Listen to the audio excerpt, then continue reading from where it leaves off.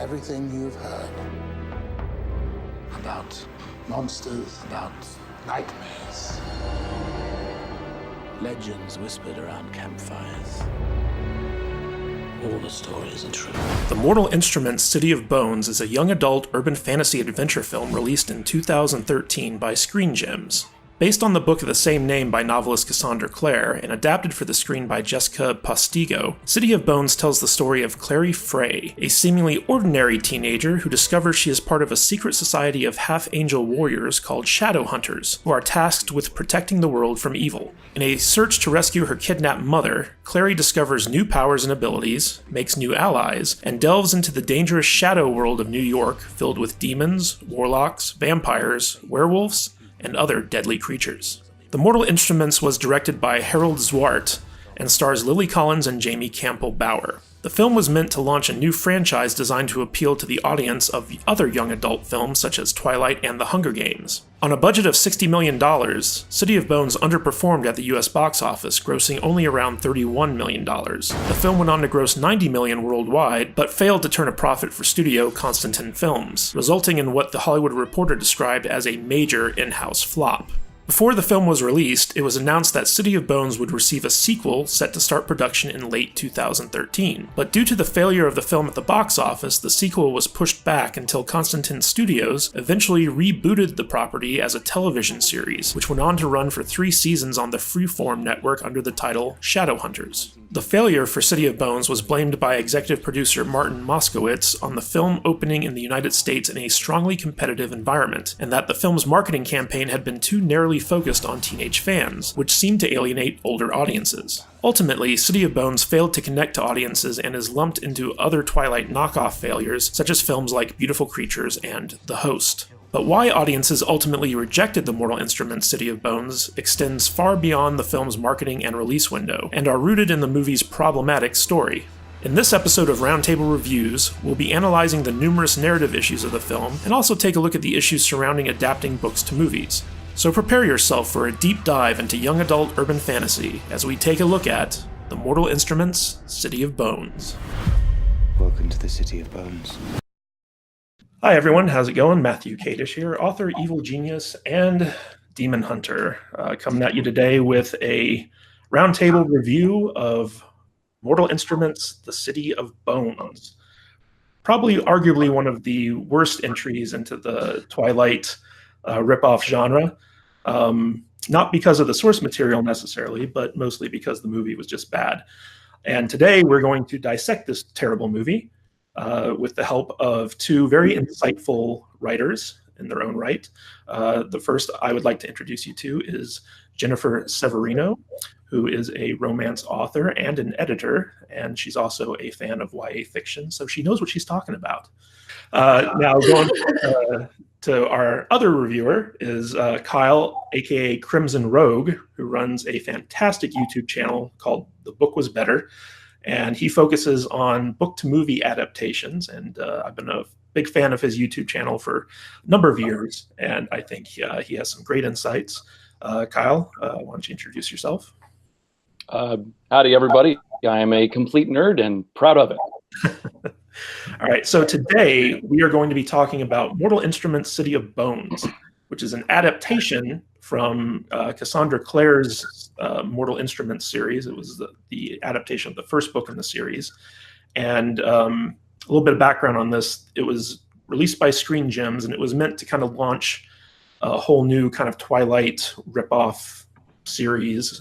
Basically, they wanted to recreate the success of Twilight with this new YA series, kind of like how Divergent, that's the one I was thinking of. So like there was this time period where all these kind of Twilight ripoffs were coming out, and City of Bones had a big fan following because of the books, which was basically, interestingly enough, it started off as Harry Potter fan fiction and kind of morphed into this like offshoot that became really popular, kind of like a bizarre 50 Shades of Grey scenario, because that started off as fan fiction as well. So basically, you had this movie come out, and there was some marketing behind it, and it was like really like hyped up, and there was a big group of like book fans that were excited to see this movie, and it just fell flat on its face. And today, we're going to be dissecting it, taking a look at why it failed as a movie, and we're going to get some great insights from our guests today. So basically, let's start this off by talking about adaptations. The Mortal Instruments is an adaptation of the first in a series of books called The Mortal Instruments. And because Jennifer and Kyle are both authors and book lovers and stuff like that, what I wanted to ask you guys was, what do you feel is essential to successfully adapting a book into a movie, and how do you think City of Bones fares as an adaptation? So Jennifer, why don't we start with you?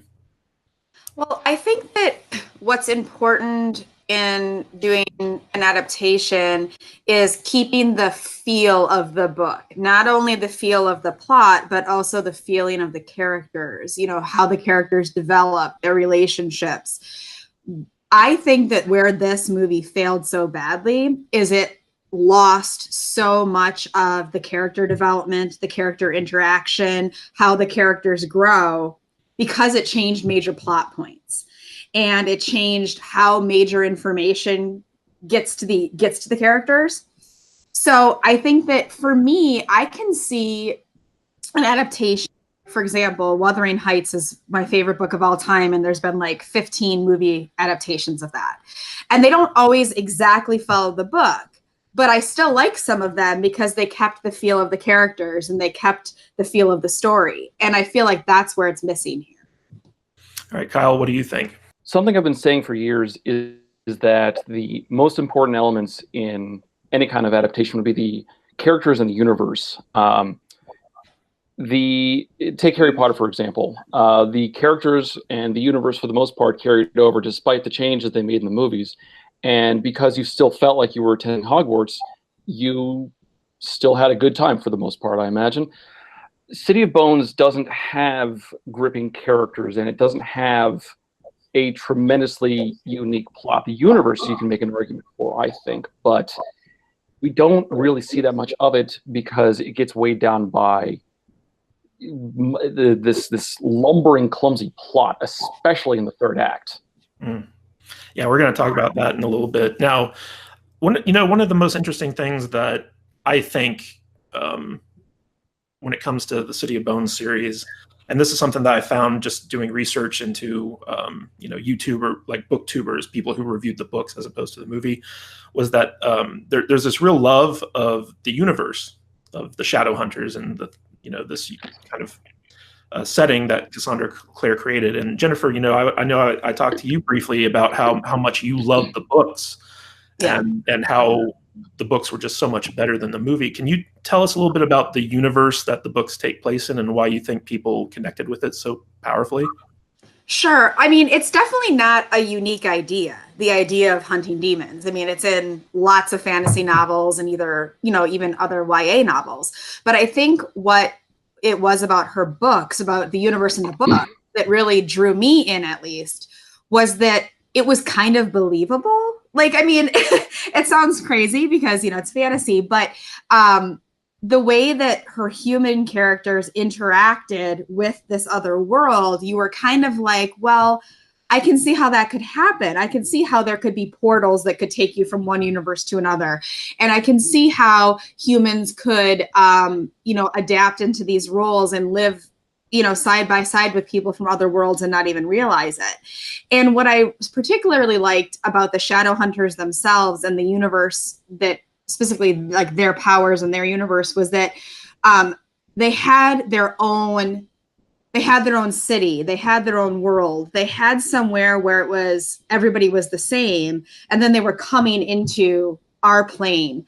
So it was kind of like, yeah, they're not Earthlings, they're not humans per se, because they're really from this other alternate place. So I found that a lot more intriguing than just having it be, well, I'm a human and I'm going to start hunting demons. I liked that they were from a place where there'd always been shadow hunters, and this had always been happening. And this was like a tradition that was passed down in families, that they were born into it. I liked that history of the universe and the fact that there is so much depth to that shadow hunter universe. I mean, she built a big backstory for the shadow hunters and how they became shadow hunters and, you know, their training and all of that, it kind of gets skimmed over in a lot of other books. They kind of just dump you into the story without giving you the background. So that's what I really liked about the books.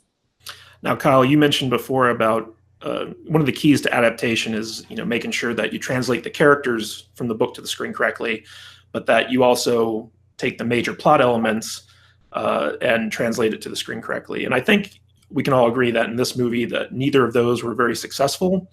I tend to think that like the first maybe like act and a half to 2 acts of the movie are fairly well done. Like, you know, there's good pacing, but like I never really connect with any of the characters, and I never really, and the plot just kind of like falls apart the further the movie goes on.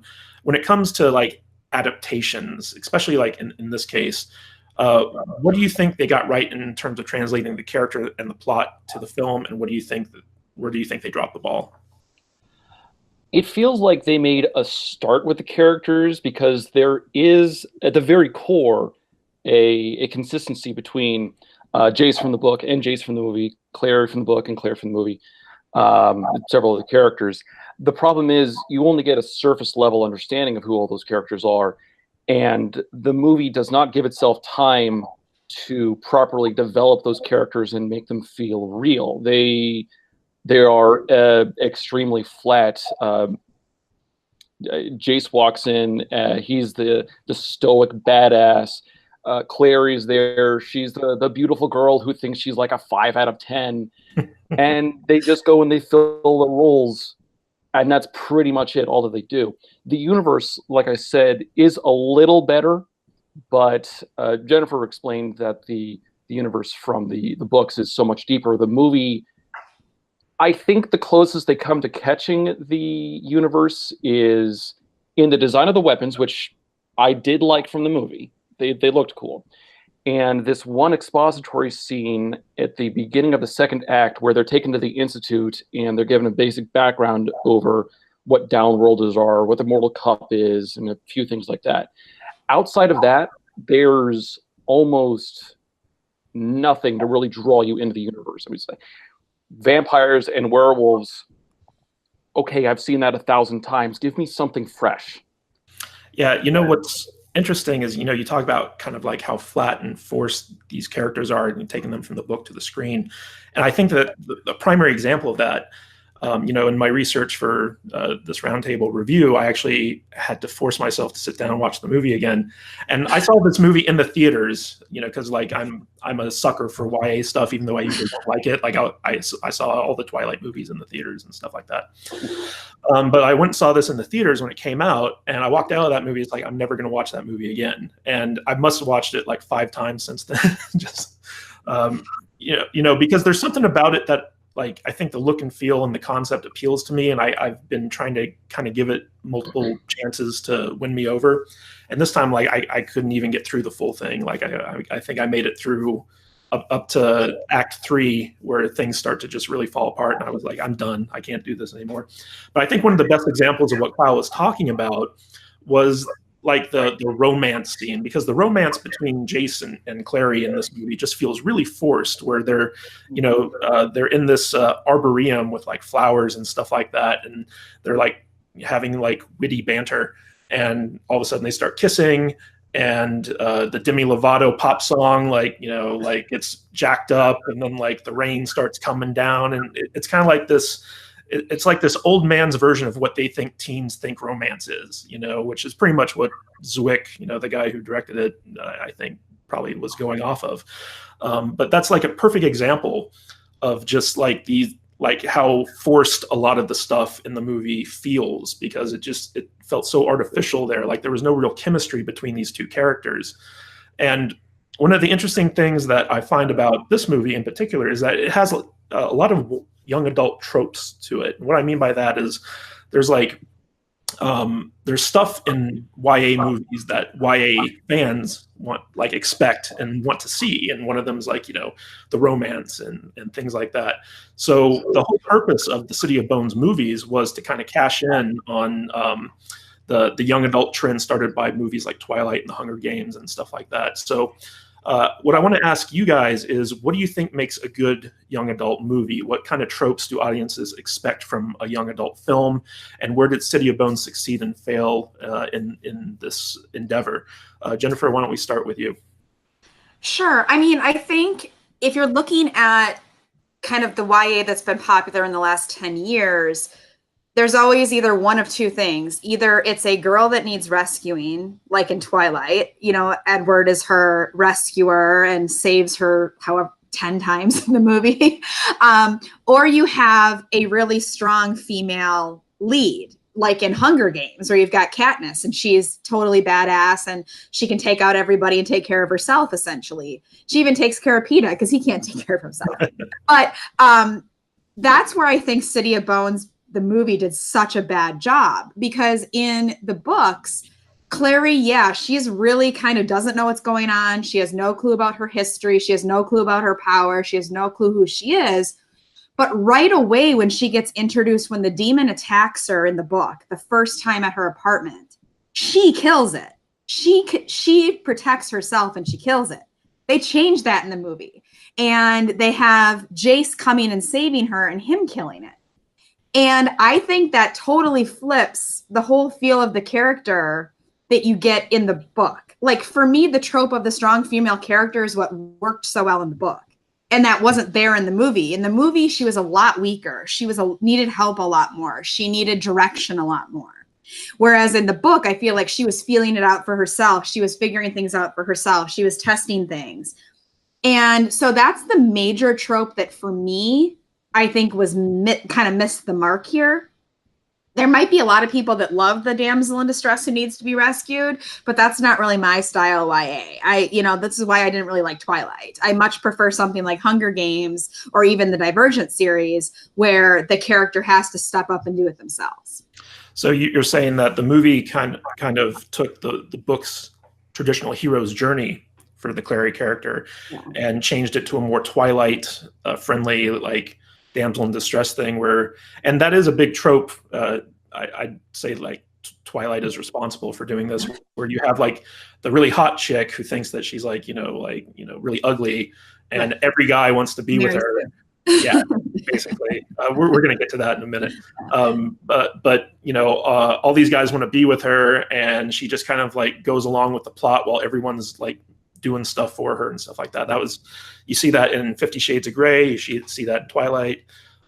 It seems to be a popular thing, and you're saying that they kind of moved away from the hero's journey trope and towards that. Absolutely. Yeah. I feel like they thought it would sell better, maybe, like that people would, because it would be more like Twilight. It would be more like something that was super, already super popular, if they had the man rushing in to save her. I feel like maybe they didn't intentionally do it, but they definitely went down that road, and I think it was the wrong road. All right, Kyle, what do you think are, like, the big YA tropes that audiences want from these types of movies, and where do you think City of Bones kind of dropped the ball on them? Well, if we're talking about what audiences want, one of the patterns that I've seen countless times, it feels like, is big obligatory romance, and it feels like that was a large section of this movie. You've got these two; they're clearly going to wind up together, despite the third act bit again. The real problem I have with that is the romance almost takes a front seat to everything else. Like, the action scenes exist to complement the romance and to push Jace and Clary together. The moments outside of that, like the Arboretum scene, it exists just so these two can exchange witty banter. And it just gets so tiring and so forced, because I don't like the characters. I don't care what their relationship winds up being. There's nothing to really grasp onto. I'm actually glad you mentioned the Hunger Games, because I think that's romance done in young adult literature done correctly. Because yes, there is romance, but it takes a backseat to everything else, which is clearly more important. We're talking the fate of a nation after a while, and am I supposed to be worried about who Katniss is going to wind up with?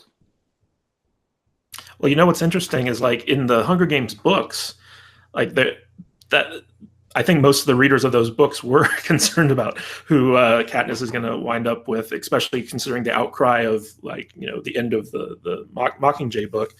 And if you look at Twilight, like that entire first Twilight movie is just about Bella's relationship with Edward, and I think that you have this weird situation with the City of Bones where the storytellers were basically saying like, well, we want to have the Bella Edward romance, but we also have to adapt this book that has this world-ending consequences and stuff like that. So the YA tropes that I think a lot of audiences respond to are in fact the romance, like the love triangle, like they love that drama. And I think for a lot of YA readers, the kind of more plot heavy elements are kind of like secondary to them.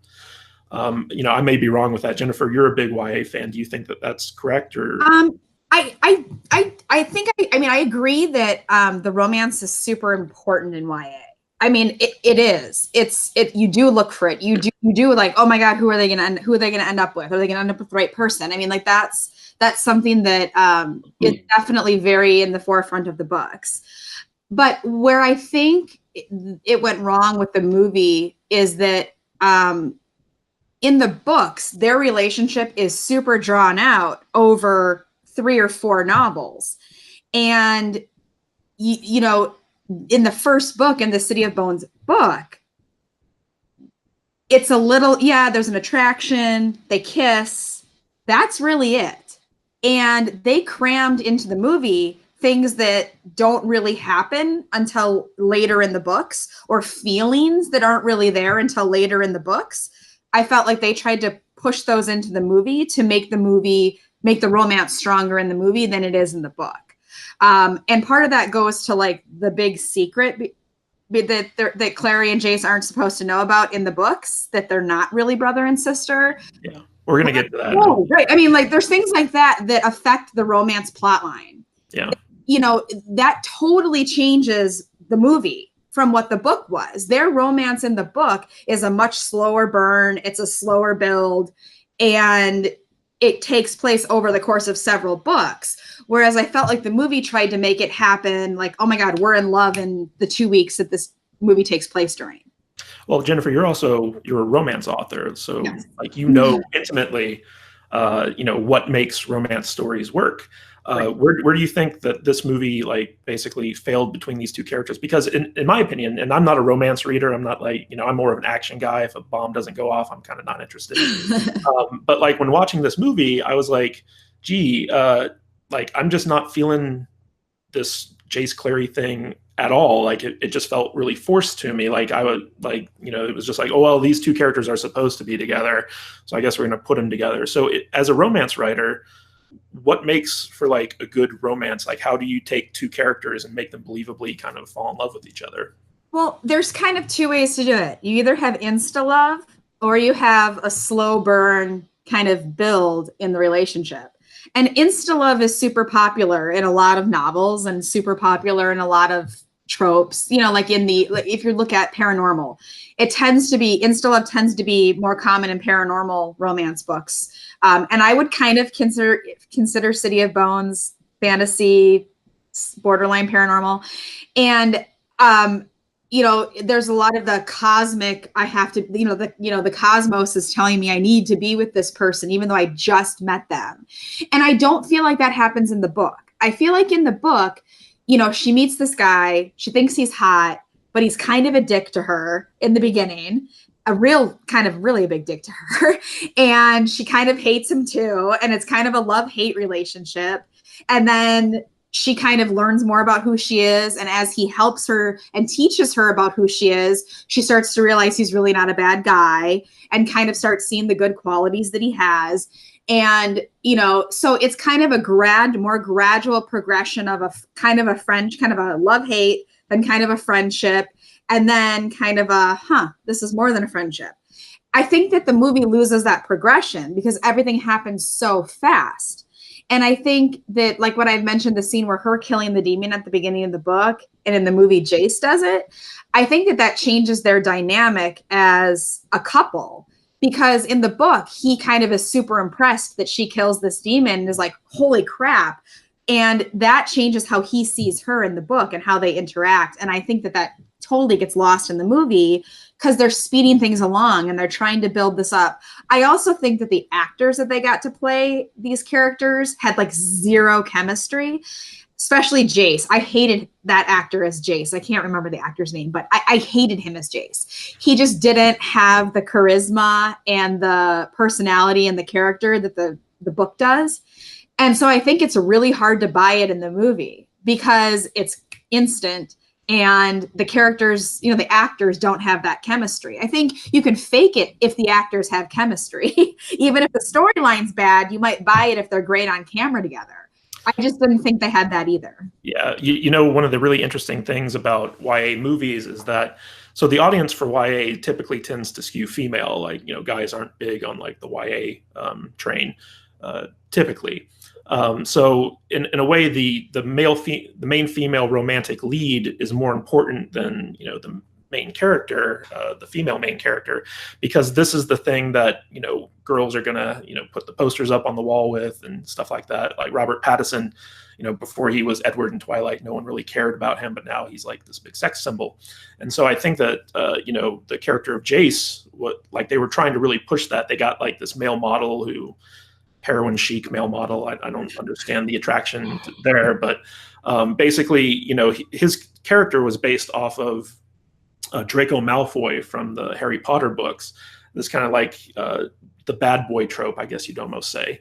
And Krimson, you know, one of the interesting things about your review for City of Bones was you really kind of honed in on the Jace character and really pointed out that, you know, you actually liked, you know, the character, but you didn't like the way he was handled or used in the story. So how do you think the movie failed in this bad boy trope and failed to have the audience actually latch on to the character of Jace?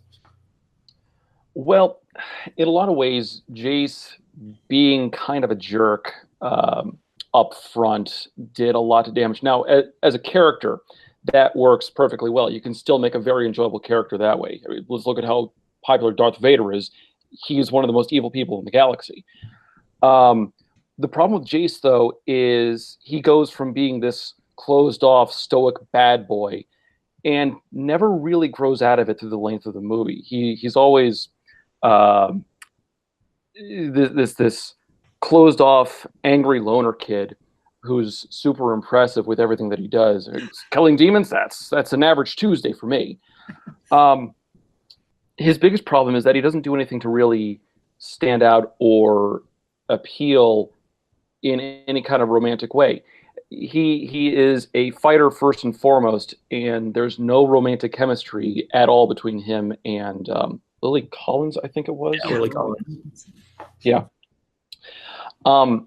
So every time they try to be romantic, it doesn't feel real.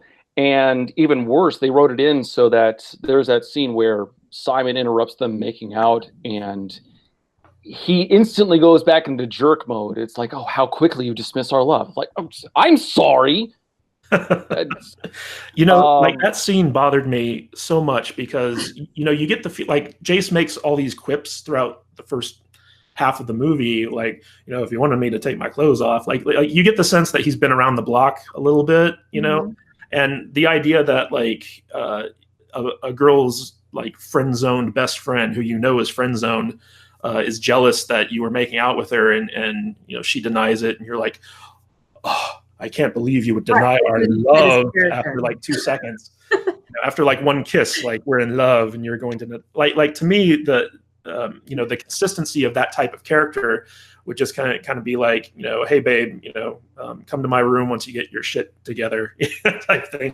Like that feels more Jace-y to me than what they ended up being. And one of the things I really hate about YA movies and YA books in general is these forced obstacles that they put in like the romance storylines where they're not organic. They don't really kind of stem from actual things that can keep people apart. They're just kind of like these artificial things that they thrust in for drama's sake, just to keep the main characters from having too smooth of a ride. I think this movie definitely kind of falls into that. But let's backtrack a little bit. Kyle, I wanted to ask you about the world building in City of Bones, because you kind of brought it up a little bit earlier that all good fantasy and science fiction stories have elements of world building in them, and this is where the audience learns of the history of the world and the rules of the fictional world and stuff, like really important stuff that the narrative has to abide by. And in City of Bones, we learn a lot about shadow hunters, downworlders, the magic system that's used in the movie. How well do you think City of Bones utilized its world building, and what aspects of it were good? What aspects of it were bad? Why were they good and bad? And how did they compare with the world building from the books? Actually, I have a specific example for this. In the movie, I think they did a better job setting up the world, but they didn't have as much world to set up, if that makes sense. In the initial scene at the club, we see the shadow hunters fighting a demon. They've got these tattoos and these strange weapons, like Isabel's whip and the glass sword that Jace uses. So we're a little intrigued. We want to know a little bit more about this world. Where did these come from? And we don't really go that far with the world in the movie. The most we really see is the expository scene when they just reach the Institute, and then after that, there's like a little bit on vampires, a little bit on werewolves, a little bit on Valentine, and the world doesn't feel that fleshed out. Now, compare that to the book. I'll see if I can find the exact line here, but it starts out very clumsily. Now, Jennifer's pointed out that there is a lot of world to it. There is much more universe in this book starting out, but the way that it tries to build things up, right here on pages 10 and 11, Jace confronts the demon with the others in his group in the club, and he outright defines what a demon is for the group there. Everyone present already knows what a demon is, so there is no reason to have this aside from explaining it to the audience. And he does that a couple of other times, like with Downworlders, and the dialogue is so clumsy and so forth. It's like, why are you explaining this? Everyone knows what a demon is. That right there killed the book for me right off the bat. That one of those tell, don't show. Exactly. Well, maybe you can clear this up for me, because I was confused about this watching the movie. And, in the movie, I think they do a really good job of kind of establishing, the world building and stuff. And part of it was, it's okay to kill that cop because he was a demon. He was possessed by a demon. But my question is what happens to the human that the demon possesses? Because in this movie, you have you're killing like a 6-year-old little girl who was possessed by a demon at one point. It's like, are those people are they still in their body when the demon possesses them? And you're just killing that poor person who happened to be possessed? Or does the demon take on the shape of that person? And if so, where does that actual person go? Do either of you know the answer to that? Unfortunately, I don't, but that goes to the idea that the movie sets these things up and doesn't explore them very well. You've got it's trying to be up here, and it doesn't really reach here. And honestly, I don't remember from the books if they ever explained that. I feel like they did at one point, because I vaguely remember Clary maybe asking it or wondering that question, but I can't be. Well, in the movie, Simon's horrified when Jace kills those cops that show up at that thrift store segment, and Jace just keeps saying, "Those aren't cops; they're demons." And I'm like, "Well, what happened to the cops?" Because one of my biggest gripes, and we'll kind of get into this later, was that you had the psychic who lived beneath Clary, and at the beginning of the movie, she's like a normal character, but then she becomes possessed, and you're like, well, what happened to the human version? And we'll talk about that in a bit. But Jennifer, in terms of the world building, and you kind of stated how expansive and detailed the world building was in the books, and that's what really kind of created this atmosphere of like, oh, as a reader, I want to live in this universe because it's so interesting.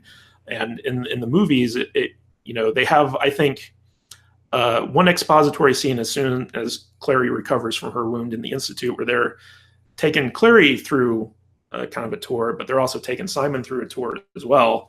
And they kind of explain, like angels, demons, werewolves, vampires, and all this other stuff. And except zombies. Zombies apparently don't exist in this world because zombies are dead. That's like a step too far for the mortal instruments. But as a writer, as a storyteller, how do you think the world building was done in the movie compared to the books? Because you don't have a lot of time to set this stuff up in the movie. Do you think it was done well? I think it was done not terribly. I mean, I think that they worked with the time that they had to get the information that they wanted out. Like they put in that little exposition scene where they give the whole background of the shadow hunters, but over the books, this information comes out over the course of each novel. It's not all dumped on Clary in book one. She learns a little bit more every time she goes to Idris. She finds out more history and more background every time she's there. She learns what she had been learned earlier was not accurate. So it kind of builds on itself with the books, and it continuously gives more information. One thing that they did in the movie is they didn't open it the same way as the book. The book starts immediately with the club and the fight scene. But in the movie, they have her drawing the symbols and her mom coming in the room and seeing the symbols plastered all over the wall. And her mom, you immediately know there's an issue because you can sense her mom is confused by the symbols being all drawn and that she's worried about her. So Clary doesn't know that she can draw the symbols or create symbols until literally the last chapter of the book. She doesn't know that she can create them or how important they really are. And so the fact that she's drawing them and creating them, at the beginning of the movie, they kind of dropped a lot of the build on itself, world building, as opposed to putting it all up front in the movie because they kind of had to. In the books, it's kind of little tidbits gets dropped here and there. You don't learn that Luke is a werewolf until later in the book than you do in the movie. And Clary's mom tells her a lot of information in the movie that she never sits down and talks to her about in the book. Her mom disappears in the book, and you don't really get a lot of that information. She gets it from other people, not from her mom.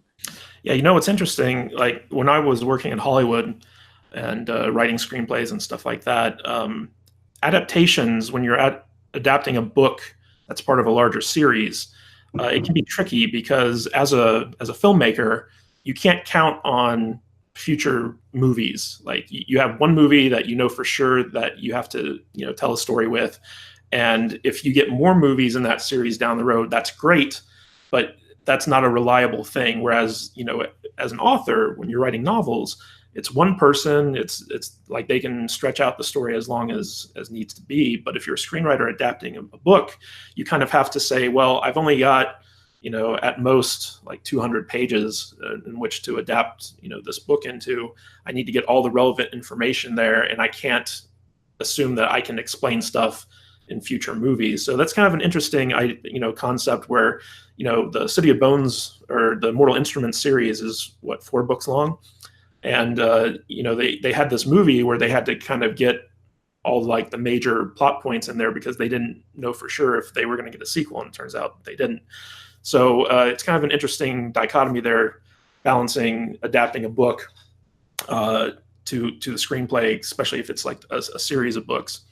But moving on from that, let's talk about the huge twist in this movie, which is that in the source material, and spoilers for people who might be reading the books or whatever, there's the revelation in the books that Jace and Clary are actually brother and sister. And that was a big, oh no, my romance, type moment. However, it was revealed in the 3rd book in the series that this was actually not true. They weren't actually brother and sister. It was a red herring. So the though, kind of ruins this twist by revealing it to be a lie ahead of the two characters learning about it. I believe at the start of the third act, Hodge, the master of the Institute, he's having a conversation with Valentine, and he's like, well, what if you lied and told them that they were related? And Valentine's like, that's an interesting idea. I think I will do that. This was not only a controversial decision according to the book's fans, but it also kind of spoils the big plot twist like later on in the series, because it cheapens the obstacle to these two characters' romance, because as an audience member, you know that it's a false barrier. It doesn't actually exist. And, the characters, have to continue with it, because in their world, like, this is an actual thing. Like, oh, I'm attracted to my brother, even though like I've never met him before, like whatever. So Kyle, how do you think that this decision to reveal this plot twist as a lie ahead of time in this chapter of the series, how do you feel that decision was handled, and why do you think it was made? Well, the reason it was made, I would say, was abject cowardice. They knew that they had this big controversial thing, and rather than play with that, rather than go with that and try to use it as a driving force for the romance, which the fans would be crazy about, they decided to just set it up. Oh, no, we're not being controversial. See, they're not actually related. You don't need to send us your angry hate mail letters. Trying to appease the moms who are going to go see this with their kids in the theaters. It was such a weak setup. The real problem, and I'm not a fan of the books. I've only read the first one, but that was such a dumb moment for me that I was bothered by it. It ruins the scene, not just for fans of the book, but people who may have been watching the movie and say, hey, you know what? I'm going to go check out the book as soon as I get home. And then that moment is dropped, and it's like, well, you've ruined 3 books for me now. Thanks, director. Jennifer, how do you think that moment should have been handled? Well, I mean, I agree that this was the filmmakers being afraid of having an incest plot line. Like, it's as simple as that. They didn't want to have what looks like an incest plot line where these people are in love with each other and their brother and sister.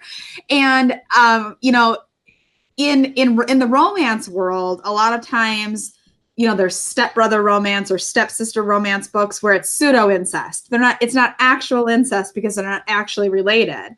And those books get banned by Amazon and banned by Barnes and Noble and Kobo. They won't even publish some of these books because of that. So I understand where the filmmakers are coming from when they made that decision.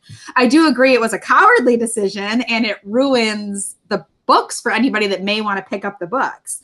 Well, I remember when I was reading the books thinking there's no way these two are actually brother and sister. Like, from the beginning, when it got suggested in the book, I was like, there's no way, because she's going to end up with this guy. So there has to be more to the story. Well, that kept me wanting to read. It wasn't so much the romance between them that kept me wanting to read. It was well, how are they not brother and sister? Like, I want to know the explanation for this, because I know it's not true, because no one's going to write a story where it's truly brother and sister together in a YA novel. So for me, it was more the mystery of, how are they so convinced that they're brother and sister, and how is this going to play out, that kept me reading along that plot line. And I think that had the movie makers given more details, because I guess in the books, to me, it was pretty obvious they weren't brother and sister. Like, she never saw the house or the castle burns, and she never sees the baby's body. Things like that, that just really suggested to me that, like, this isn't what it appears. So I think that if they had taken more hints from the book and used the hints that were given in the book, maybe even if they took 1 or 2 from book 2 before they find out the truth, the viewer still would have known they weren't brother and sister without it being dropped like that. The viewer would have suspected it the way I suspected it while reading. Well, what's interesting about like the whole like cowardliness of like dropping an incest plot is that, well, you know, as you mentioned, the books that kind of deal with this taboo subject are actually like really popular amongst readers. Like people seem to love like, ooh, the incest plot line. And I think that's actually reflected in just how people love Game of Thrones, because that has multiple plot lines where there's incest involved in there, and people are just like, okay, I'm down with this. Let's see where it goes. You know. So like as a yeah, Kyle. If I could just add one thing real quick, and this is me being a complete nerd, but there's actually an entire subgenre of this style of romance where the love interest, the couples, are either related or they're step siblings or something like that. So yeah, that's what I was saying. Step sibling romance is super, super popular. Very yes. Stepdad romance, stepmom romance, very popular. It sells very well. But like I said, a lot of the book places do ban it. Like if Amazon determines that it is a stepbrother romance or a stepfather romance, they will ban it. And I've had many people that I've edited those books for have them pulled and removed from Amazon and removed from other retailers because they are what they call pseudo incest. You know, the interesting thing about this from a storytelling perspective, like if you were the screenwriter for City of Bones, I think you basically have two options here, which is you de-emphasize the romance angle and keep the you know, brother and sister twist at the end where it's like, oh, you're actually related. And because it's not such a heavy romance, you know, focus throughout the previous sections of the movie, you can kind of get away with that and then kind of explain it later on if the movie gets a sequel. Or you do what they did, which is go heavy on the romance and be like, well, we're not sure how the audiences will react if it turns out they're actually brother and sister, so we're going to do a cop-out at the end. And I think like I think that they probably made the wrong decision in that remark, because like you said, part of the appeal of the books was you see this romance kind of develop over multiple like, you know, novels. And with the movie, they could have kind of made the romance a little bit more subtle, kind of like how they did in Divergent, where it wasn't like a straight out romance. There was like between, oh, I forget her name, but the main character in 4, where there's like those longing looks and there's like those little things that make it like, ooh, there's a romance going on here. I think they could have gone more that route and kept the twist intact, rather than you know, kind of like undermine the twist and just say like, oh, you know, don't worry, the romance isn't ruined. They can still be together, even though it's going to be super awkward seeing that happen. But as a writing exercise, I think that that's kind of like an interesting look at, you know, how do you adapt something like this with a twist like that. But keeping on with the adaptation thing, particularly with YA young adult stories, one of the biggest tropes that, you know, audiences of YA movies or whatever seem to love are love triangles. And we have a number of them in this movie. So like the main love triangle is between Clary, Jace, and Simon. Basically Ginny Weasley, Draco Malfoy, and Harry Potter. However, there isn't any real tension in this triangle because, you know, Simon's never really a serious consideration for Clary. You know that she's going to end up with Jace.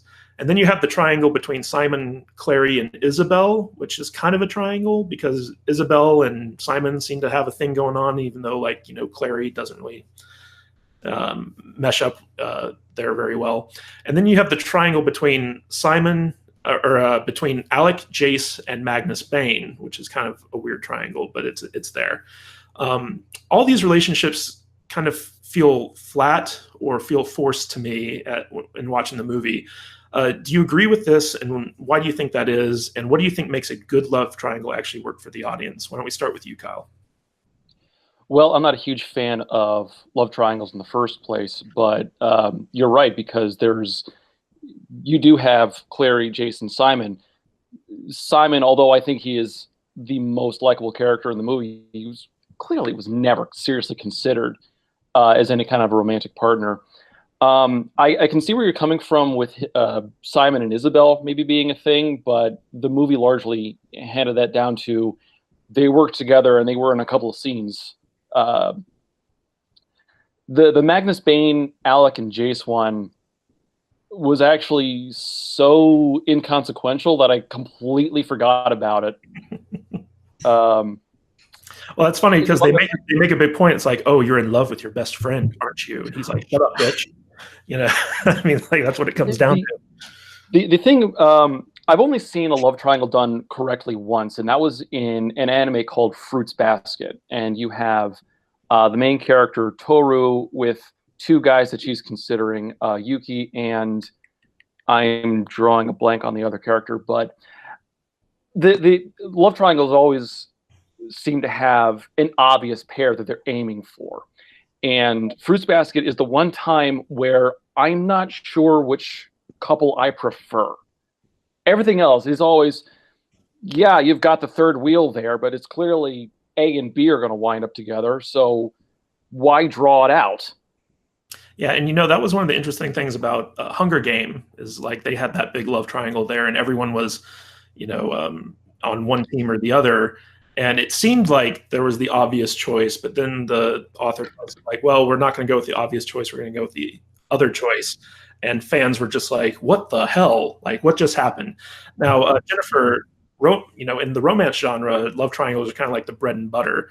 So in your opinion, like how were the love triangles presented in City of Bones? How well do you think that they were pulled off? And as a romance reader and writer, what do you think makes for a good love triangle? I kind of agree that I'm not a big fan of love triangles in general. As a reader, I'm not going to seek out a book that has a love triangle to read it. If somebody says, hey, you should really read this book, it's a love triangle, chances are I'm not going to pick it up. Like, it's not my favorite thing to read. And the reason is the exact same thing that Kyle just said. I always feel like the triangle is like this. Like one guy is clearly the winner and this other guy Louise triangle. You know, right. And I always feel like there's like the third wheel. One person is the clear choice. You know, I think Twilight did an okay-ish job in presenting another option for her other than Edward, because the entire second book, Edward's gone and it's her with somebody else. And it's somebody who treats her well and, you know, they have a connection and, you know, she's clearly has feelings for him. I still think it was always clear she would end up with Edward, but I think that like at least there, it was a good option. Where City of Bones, the movie, fails is Simon was never an option. I mean, she always sees him as the nerdy friend. She has zero attraction to him. So he was never a threat, which goes to what you said about the weird comment that Jace makes about like, you deny our love. So, you know, I laughed at that scene because I was like, he would have just been like, when you get rid of this nerd, come find me. Like he would have, you know, Simon was never a threat. I really, in the books, loved the love triangle idea between Alec and Jace and Magnus Bane, because what the movie completely leaves out is the Parabatai idea. The idea that you have a soulmate who's your partner as a shadow hunter, and like the relationship of how close him and Alec really are. That is so important in the book. Like it is so important, that relationship. And I think when you kind of realize that Alec is in love with Jace in the book, you're like, whoa, like this could cause some major problems for them. And then Magnus comes in, and in the book, Magnus is this flamboyant, lovable, over-the-top guy. And he was done so poorly in the movie. Like I literally cringed at the guy they got to play Magnus and the scenes that they had him in the movie, because he was awful. He had none of the personality or anything that he has in the books. So in the books, you're like, oh, you know, Magnus is perfect for Alec. Maybe it'll solve the problem with Jace.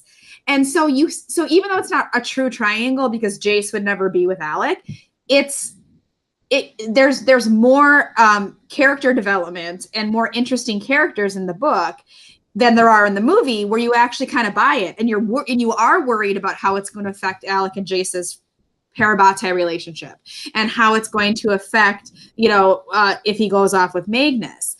The Simon, Clary, Isabel thing, that comes out a lot more later in the books. I don't think the movie did a very good job of playing up Simon and Isabel's connection, because in the books they really do have a connection. They very, you know, she takes care of him when he needs help. You know, they always have kind of witty, uncomfortable banter where like you can tell that they want to say more and they don't. So I think that the movie, again, probably just because they didn't have enough time. I mean, this is a 2-hour movie that probably should have been 4 hours if it was going to fit everything from the book into it. And I think that the love triangle doesn't work because you never actually see that. You never actually see their connection. And you also know Clary never really wants to be with Simon. She might be jealous that her best friend has a new friend, but it's not a romantic jealousy. It's just kind of a friendship jealousy. So I don't know that any of them work in the movie as a true love triangle, and I think that that's probably part of the problem. Yeah, so to as a writer, to do a good love triangle, you actually need to make both choices viable, is what it sounds like. Exactly. Yeah. So moving away from the love triangle trope, let's talk about something which I guess recently has become kind of controversial because people are calling it sexist or whatever, but let's talk about the Mary Sue character. And, Krimson, I believe it was you in your review where you talked about the self-insert where, it's literally like the main character is named after the author. But basically, Clary fits all the check marks of a typical Mary Sue character. She's able to perform tasks better than anyone should be possible to, given her amount of training and experience. She's able to upstage all the other characters despite not being as skilled. She's able to attract all the sexiest male characters despite believing herself to be a plain Jane. All the characters' actions revolve around her, like Clary and Clary's interests. Like all the other characters in her sphere, like they exist basically to work for her, basically. Her name is even reflective of, Cassandra Clare, which is the book's author. And as Kyle so blatantly put it, one of the least creative self-inserts that he's ever seen.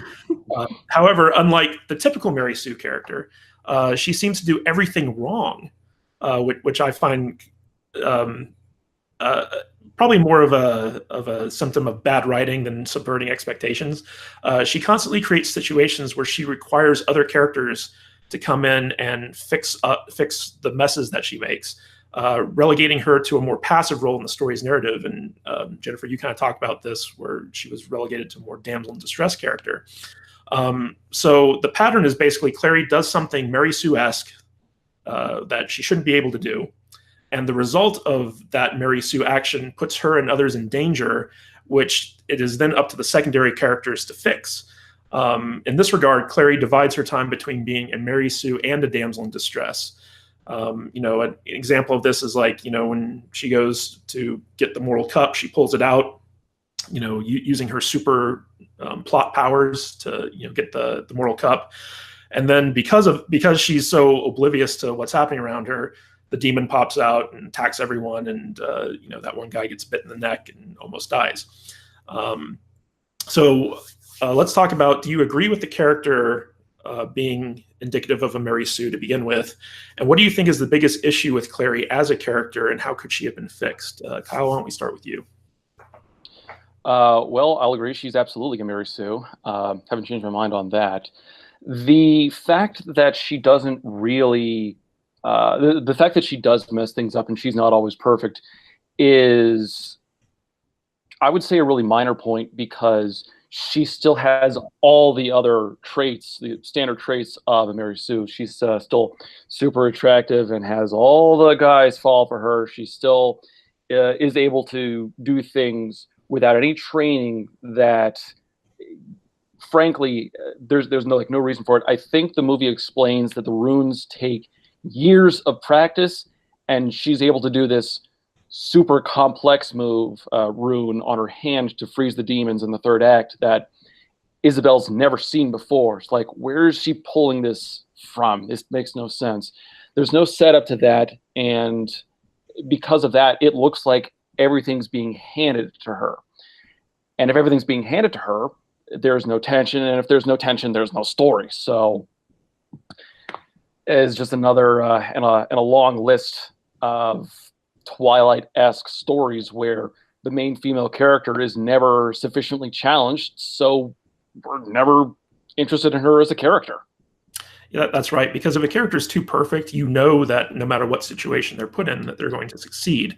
And part of falling in love with the character in a narrative has to do with seeing them overcome obstacles and suffer and sacrifice and things like that. So Jennifer, do you think that Clary was the Mary Sue character? I definitely think she was in the movies. I don't think, I mean, I know Kyle's not a fan of the books, but I think that the books do a much better job of, like I said, making her a stronger character. And because of the way the information plays out in the books, the way she's given information and the way she evolves in the books is a lot different than in the movie. I think in the movie, it's all of a sudden, she's drawing runes right from the beginning of the story. She's, they don't really explain her creating brand new runes. They don't explain that power in the movie. They don't explain, a lot of those type of things, which I think if they were explained properly, it wouldn't be so like her always making the mistake, her always doing something crazy or, but I think that it's one of the things that,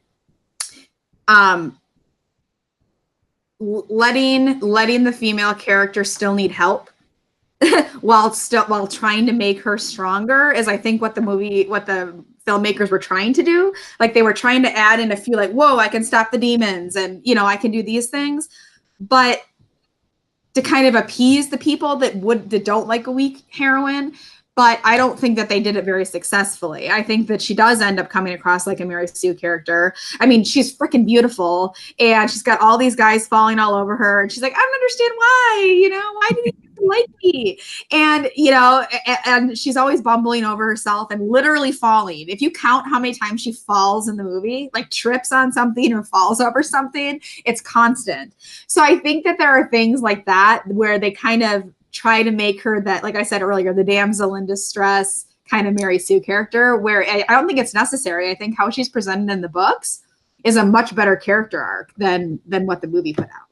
Yeah, and it's interesting because a lot of people seem to conflate Mary Sue's with strong female characters, and there's a stark difference between the two. Like, if you look at the Hunger Games, Katniss Everdeen is not a Mary Sue. She's a strong female character.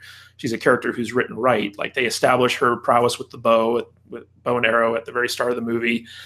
They have people who come in and give her advantages and gifts and stuff like that to help her, later on when the game show starts. And she, makes like a big sacrifice to save her sister, even though she knows what it could potentially mean for her. And like, those are all elements where you have a female character who's actually strong and well written, and that's the type of character an audience can connect to. And then you compare it to a Mary Sue type character, which I would argue Clary is in this movie.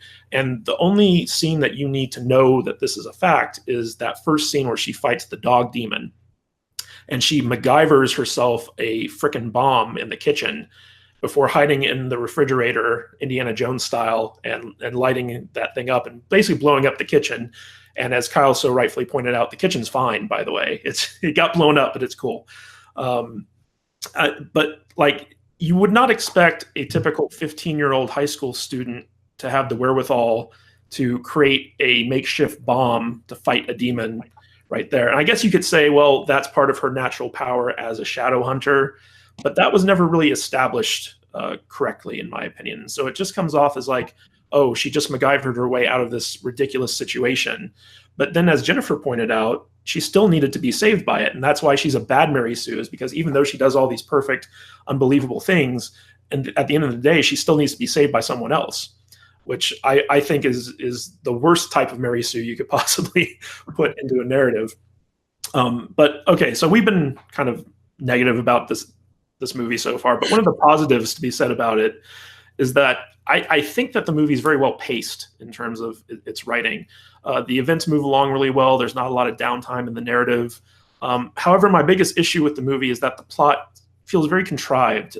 Events occur in the movie that draw characters into different situations because the plot requires them to be there rather than the characters driving the action. And one of the examples, I guess, is like the vampires kidnapping Simon at Magnus's party, where they just kind of like the vampires should not know who Clary or Simon or any of these characters are, right? So like somehow they kind of narrow in on Simon and are like, oh, if we kidnap this guy, we can get the girl who can get the mortal cup to come to us.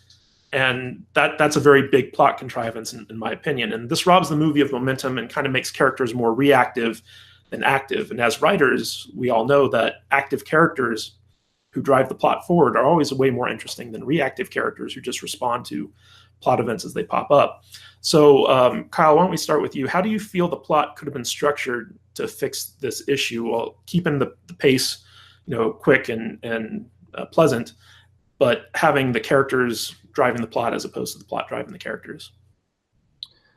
I think the plot started out well as far as trying to make a mystery out of it, because then you have the characters trying to go clue by clue and step by step to try to figure out why is Clary suddenly remembering these weird things. Why is she drawing the symbol? Where did what's the mortal cup and all that stuff. The problem with it though is that it stumbles and it includes scenes like the vampires at the party, and it does that not to properly build a story, but to include scenes from the book. And it starts to unravel from the book as an adaptation to try to become its own thing. Unfortunately, it just gets in its own way, and it doesn't develop the characters. The characters are not really reactive, like you said. And as far as fixing it, I don't know. Start over and tell Harry Potter instead. Yeah, just go watch Harry Potter instead of this movie. That's how you fix it. There are better movies out there. Yes. So Jennifer, like, how do you think the movie could have made the characters more active and drive the plot forward as opposed to having the plot? I mean, because you have, it's like, okay, this is the part in the plot where they go to the City of Bones, and this is the part where they go to the Institute, and this is the part where they go here, to Hotel du Mort or whatever. And it just seems like they have all these set pieces that they're like, okay, we got to get the characters here now. Oh, we got to get the characters here now. How do you make that so that, the characters have to go to these places as opposed to like the plot dictating that they do that? I think a lot of that comes from not doing the information dumps like they were doing in the movie. They were doing like, oh, here's all the background information. Here's all this information. Here's all this information. In the books, it comes out in little pieces, and you find it out during these different scenes. So I think if they had used like their trip to the City of Bones and used their trip to Magnus's, as more of a vehicle to locate information as opposed to, throw in the plot point, they could have written, taken things from the book, information they needed from the book that they maybe didn't have a scene for, and they could have worked it into, this is the reason I'm going here. This is the reason this is going to happen. Because the vampires kidnapping Simon's actually really super important. Like, it becomes very important in the later books and actually kind of changes the end of the entire series. So it may seem inconsequential, but it's really not inconsequential. It's pretty important.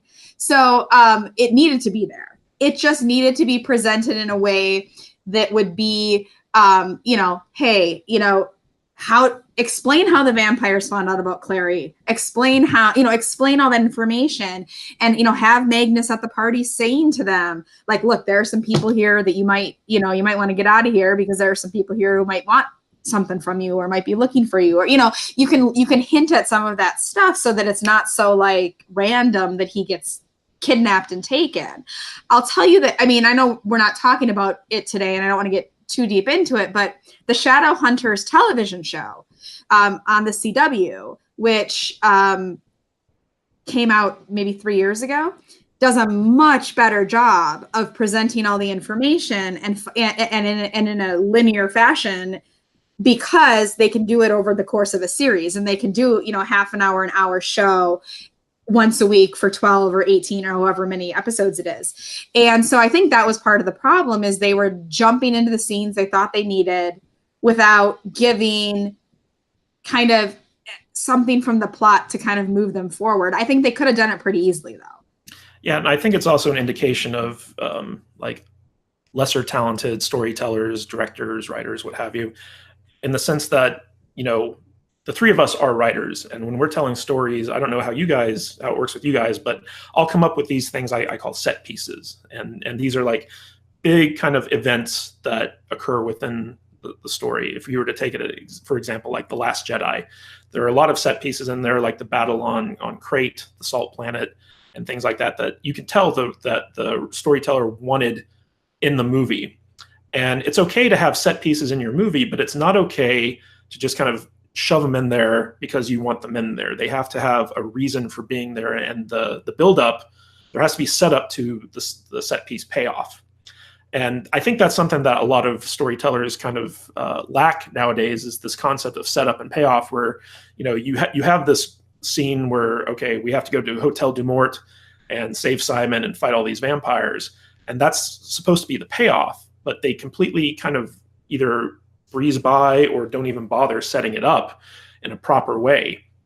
And that's a big pet peeve of mine as a storyteller. Do you guys agree with me on that, Kyle? Yeah, especially when it comes to things like comedy, because I'm reviewing some rather awful books by an infamous YouTuber named Onision right now. There is no setup and there is no payoff to anything. So frankly, I am dying for something good to read. Going back to The Last Jedi as an example, as far as including things for the sake of including things, the bombers that they recreated for the opening scene, apparently that came from Rian Johnson's love of World War II movies. The problem is they don't work in universe. They're forced in when Y-wings are a perfectly acceptable form of bomber.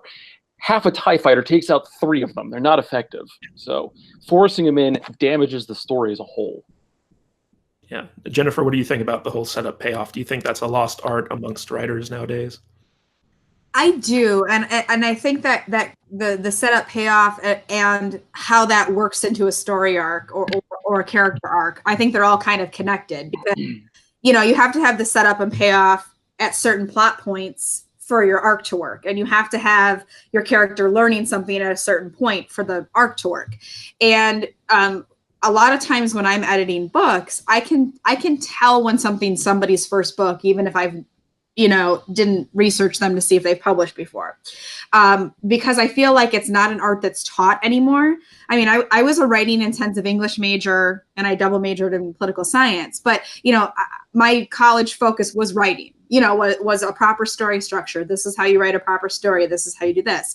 I feel like, if you have a college degree, it's usually in literature. If you're an English major, it's usually not in writing, it's in literature. And you can learn the proper plot structure and the setup payoff and all of that by reading a lot. But some people don't get that. Some people don't read it, or they read it and they don't grasp it. And I think that without kind of maybe laying out an actual structure on, your whiteboard or on your wall or wherever you do it, and saying, these are the points where I have to do these things, they get missed. And I do notice it a ton in movies. I barely watch movies anymore, because I sit there with my husband and I say, oh, who plotted this? This is so many plot holes. This is so boring. Or, that shouldn't have happened there. It should have happened here. And, I'm constantly dissecting it. And he's like, God, can't you just sit and watch the movie? And I'm like, no, I can't. I can't turn that part of my brain off. But I think it's a lost art form. I don't think that the vast majority of people who do it really study story structure very well before they start writing a film or a book. Yeah, I'm the same way when I watch movies. People they don't want to watch movies with me because I'm sitting there picking it apart. And I nerd rage when I see these very common errors, because you're obviously way more educated than I am, Miss Mary Sue. But I have my communications degree in filmmaking. I studied English. I studied, screenwriting. I really put time and effort into my craft, where I learned these concepts like plotting and, characterization and stuff like that. And, when I see people be handed $100 million to make, a story that just kind of flies in the face of these basic fundamental writing concepts, it drives me absolutely nuts. And going along this writing thread, a huge part of any good movie is having a strong antagonist, aka the bad guy. So the old saying goes that the better the bad guy, the better the good guy, because the good guy has to rise to the level of the bad guy in order to defeat him. However, I have a lot of problems with the City of Bones' bad guy. The film's main antagonist, Valentine, never actually appears all that threatening, at least to me. I don't know about you guys. But he appears to be relegated to your typical super evil mustache-twirling villain. And plus, I just personally, I think Valentine is the worst name for a bad guy, because I just think of those like chalky heart candies whenever I hear his name, and like that's any menace that he might present. But, how do you think the character of Valentine could have been made more formidable and stronger as an antagonist to the film's heroes? Jennifer, why don't we start with you? I think part of the problem, number one, is the scenes that they use him in the movie, which most of them don't exist in the book at all, or they exist in a totally different location. Like the big showdown with him takes place on a creepy deserted island, or like a ship or an island, I can't remember what it is, in the book. But in the movie, he's in the portal and he's in the Institute, and the showdown happens in the Institute. And so a lot of it is just kind of the settings that they had him in, I thought, were not as demonstrative of how scary and threatening he really was. I also think that they did not do a good enough job explaining what he had done in the past that made him this bad guy. I feel like it's kind of glossed over. They're kind of like, oh, he did some bad stuff to Luke, and he did some bad stuff to the other shadow hunters, and he wants the cup. And that's like the extent of it. They say like 3 sentences about what he wants. But I think that if they had gone into more detail, which the books do, about what he specifically did to Luke, what he specifically did to the other shadow hunters, what he did to Clary's mom, if they went into more of those specifics, he'd be a lot more sinister. I also think that there wasn't really a threat of him breathing down their neck like the way there should have been. And, if you have an antagonist who's constantly popping up, whether it be through, a note, or, some sort of other threat, or they're sending minions after you, or they're doing things that constantly show they're a threat. In the movie, I didn't get that from him. I got this, like, he's this guy who's out there and we've never even seen him, but he's a bad dude and we need to keep the cup away from him. It wasn't showing that he was actively trying to get the cup. Like, it just wasn't as active as it should have been. Yeah, what was also an issue is that he seemed to know who Clary was, and his goal was to get her to deliver the cup to him, or at least to Hodge. But at the same time, he's like sending demons to kill her, and he's got his 2 henchmen running around looking for the cup as well. Like, why didn't he just stay out of her way until like she got the cup, and then like come in and swoop it up like that? That's another plot hole that I'm kind of... And that in the book it works, because like I said, the showdown doesn't happen at the Institute, so it's not like it's somewhere that he can easily go and take it from her, where in the movie it appears as though he can easily just take the portal into the Institute whenever he wants to. That doesn't exist like that in the books. It's a much more convoluted, he needs to get her somewhere, and he does get her somewhere, but it takes so much more in the book for that to happen. Yeah. Kyle, what do you think of Valentine as an antagonist? What worked with him, and what, in your opinion, didn't work? Well, I don't remember too much about him from the book.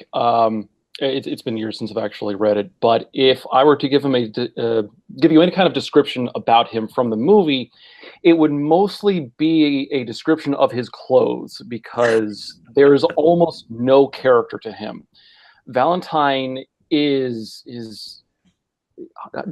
hot air and skin.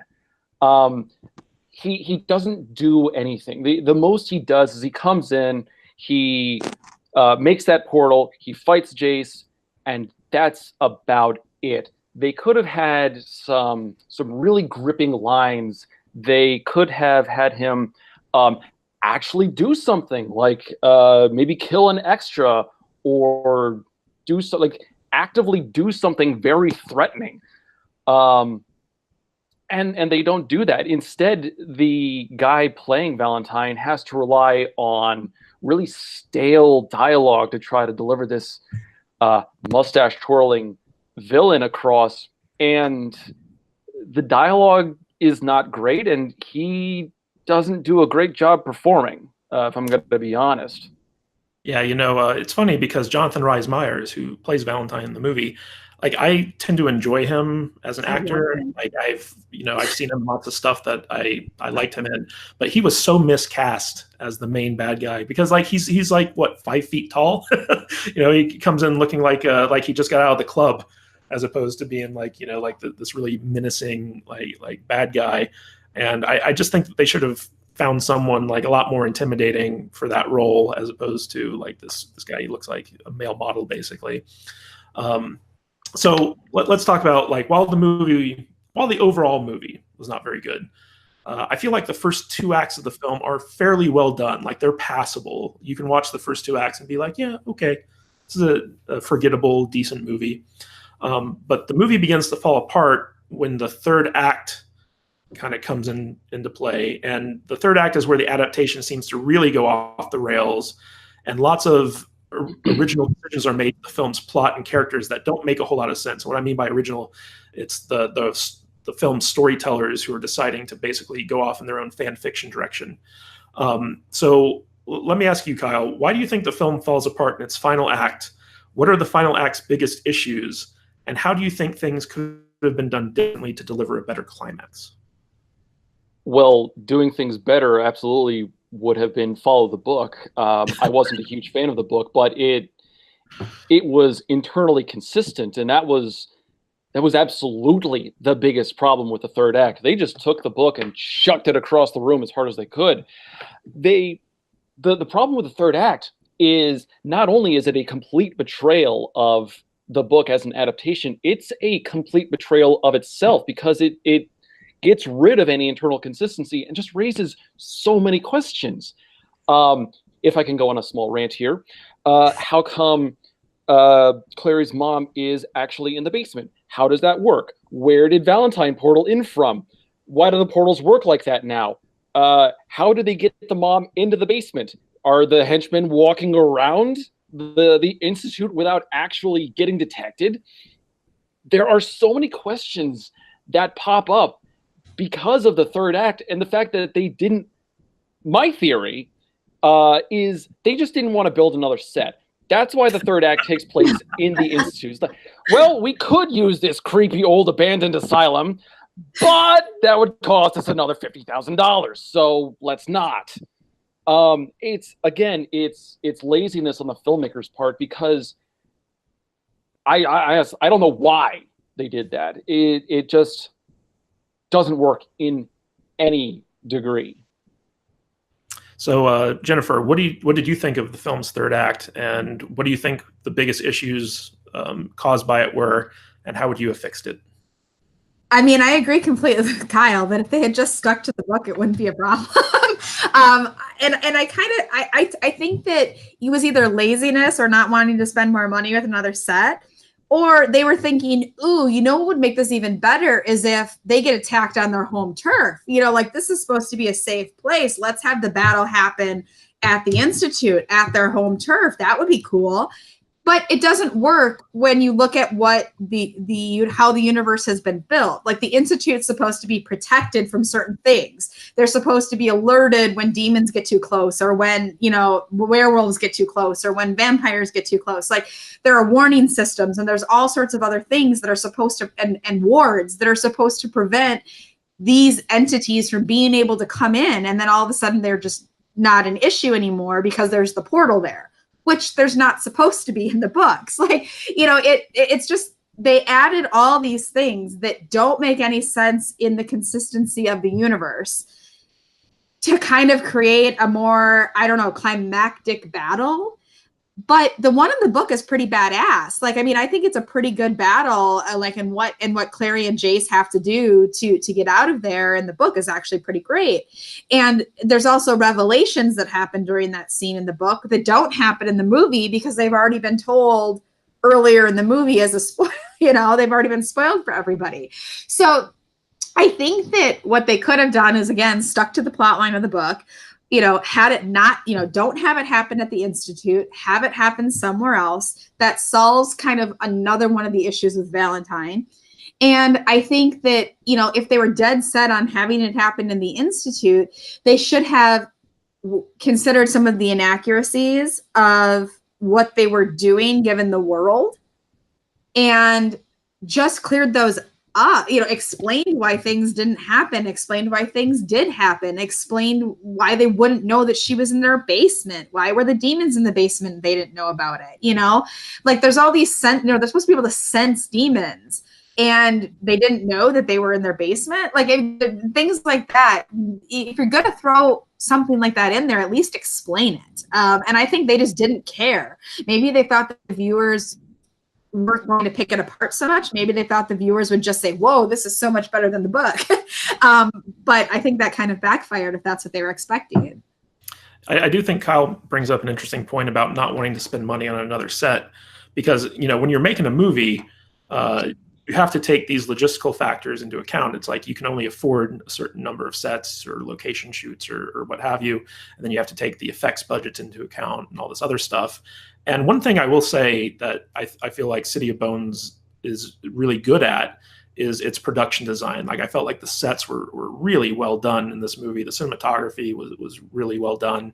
The movie just looks really good. I feel like from the director or producer's point of view, they probably spent so much money on like the Institute set because it was a very well designed set that they were like, well, instead of spending more money to, you know, have like another location to have the climax at, why don't we just use this set that we've pumped a bunch of money into and really get our money's worth out of that? And that's the type of thing where, you know, like audience members, like we don't take into account like budget and scheduling and actor you know, attitudes and stuff like that into account when we're watching these movies. Like we're just enjoying the story, but you know, having made movies myself in the past, like these are actual things that you need to take into account and be like, okay, well, we can blow all of our budget on this really elaborate set and try to rewrite the story to have it take place there, as opposed to having like shittier sets and trying to spread out the production, which would add another week or so onto the shoot or what have you. So as a storyteller, you know, especially if you're making stuff that requires, you know, other people to be involved in it, like TV or movie shows or movies, that's the type of thing that you need to be conscious of when you're writing the story. And I think that the third act just kind of fell apart because they didn't bother to set up, you know, like we said before, any of the things that happened. Like you could have had Clary's mom be in the basement of the Institute make sense if you bothered to just explain why she was there or how they got her there, you know. But instead, like they're just like, oh, she's in the basement. Okay, don't know how that worked. Maybe they slid her in through that little window that you can see into the street from in there. But now we're going to get to the part of the review where I think we're going to have a lot of fun, because we're going to talk about all the narrative errors that are in this movie. Basically, the City of Bones is a film that's just riddled with narrative errors, things like plot holes, deus ex machinas, plot contrivances, et cetera, et cetera, et cetera. They're all in this film, and they're all prevalent. There's an abundance of them. So let's talk about some of the biggest narrative errors in this movie, and feel free to rant because I know I might when we get to these. So, like, let's talk about Madame Dorothy, Clary's neighbor. So Clary and her mom live above this character named Madame Dorothy, who's a mystic, and she is revealed to be a demon in the second act of the film. So my question to you guys is, was she always a demon, or was she possessed after Clary attacked her, was attacked in the apartment? So, like, was she a demon from the start of the movie and she was always there kind of spying on Clary's mom? Or was she just a normal person, and then after the attack on Clary first happened, the demons are like, oh, we're going to possess this lady in case Clary comes back and, you know, gets the mortal cup? What do you guys think of that? Let's start with you, Kyle. If I'm going to use the clues available to me, because to be perfectly honest, I don't know. But if I were to use the clues available, I would say she was possessed afterwards. And the reason is because the piano in her apartment. If she had been a demon the entire time, because we're shown that the piano keys, when hit in the right frequency or whatever, are very painful to demons. If she were a demon the whole time and had that piano in her apartment, she's an idiot. The first thing I would have done when I possessed that woman is I would have gotten rid of anything that could have been used against me. The piano is standing right there. It's an obvious trap. Yeah, and the whole thing about Jace, like he goes right to the piano, he starts doing the Bach sequence on the piano, and he's this experienced shadow hunter, and it's obvious that she's having a reaction to it, and he doesn't like really pick up on the fact that she's having a reaction to it. Jennifer, do you think that's a big inconsistency there? I do, and I mean that's also something that's not from the books. That's something that the movie, the filmmakers threw in there for fun, the music thing. And I think that she was possessed after the attack on Clary, because I think if she had been a demon sent there to watch Clary and her mother, why wouldn't she have just killed them? I mean, like, why sit and watch them? Why not just eliminate them? It never made much sense to me. Or if she was going to work for Valentine, why wouldn't she just say, hey, Valentine, they're here, come get them? So I do think she was possessed later. And I do think that there were so many inconsistencies with that plot with her compared to how it plays out in the book. Again, it's totally different in the book. Yes, the cup is still there and she's the one who has it in the card, but it's how it gets there, how it's discovered, how they discover she's a demon is all different in the book. And in the movie, I feel like they went for the more dramatic effect and didn't really care that it didn't make sense. Yeah, and it brings me back to my initial gripe about the demon possession, where it's like, what happens to the human that's possessed? Like, did they straight up murder Madame Dorothy along with the demon when they got that cup, or was that just the demon replacing Madame Dorothy and she's like in some alternate dimension somewhere? Like, they never really kind of explain the whole possession thing, which is something that give us one or two lines of dialogue about why it's okay to kill these people who've been possessed as opposed to maybe trying to exorcise them or something like that. It's little things like that which add up to making a good or a bad story. Because if you have all these narrative inconsistencies and errors in your movie or TV show or short story or novel or what have you, there's a certain segment of your audience that's not going to pick up on it and they'll be okay with it. But there's a greater segment that will pick up on this stuff. And whenever you start like having these questions about how stuff works in the movie, you're pulled out of the immersion of the narrative. And that's when you start being super critical about it. And I think, like to Kyle's point, like that was like a big issue with us, like, because I know in his review, he's like, why do you have a piano in there if you're a demon? Like if you like having a couch made out of bear traps. Yeah, it doesn't make a whole lot of sense. So like you have to have some type of consistency with the narrative logic of your story in order to keep your audience involved in it as opposed to pulling them out. So now let's talk about a big plot point in the movie, which was that the Shadow Hunters are almost extinct, and this is because the Moral Cup has been missing for like 16 years or something like that. But according to the movie's timeline, like 16 years. That's when Clary's mother kind of ran off with the cup before Clary was born. So my question is, how can the Shadow Hunters be almost extinct after just, a little more than a decade and a half? Jennifer, what do you think of that? Yeah, I wasn't totally sure what they were. My recollection from the book is that there were no more Shadow Hunters after the initial group that included her mother and Valentine in Luke. That after them, they basically stopped, was kind of my recollection. But that would have only been 15 or 16 years ago. So it wasn't some huge gap of time. And I don't know that that's explained well, but I may be misremembering. That's just my recollection was that they were kind of the last group of the 8 or 10 or however many there were at that time. Yeah, Kyle, do you have any thoughts on that? Yeah, I don't recall how the book handled it, but the movie, it sounded like it was trying to set itself up with artificial narrative tension. Like there's this, like trying to set itself up with a time frame that it has to get everything done in. we don't have any more shadow hunters coming. No real reason is given. Possibly it's because it's such a dangerous job that the ones that are currently out there are dying in the field in combat. That one doesn't exactly work because then the only cell we see in the movie is just like 3 teenagers, and an agoraphobic.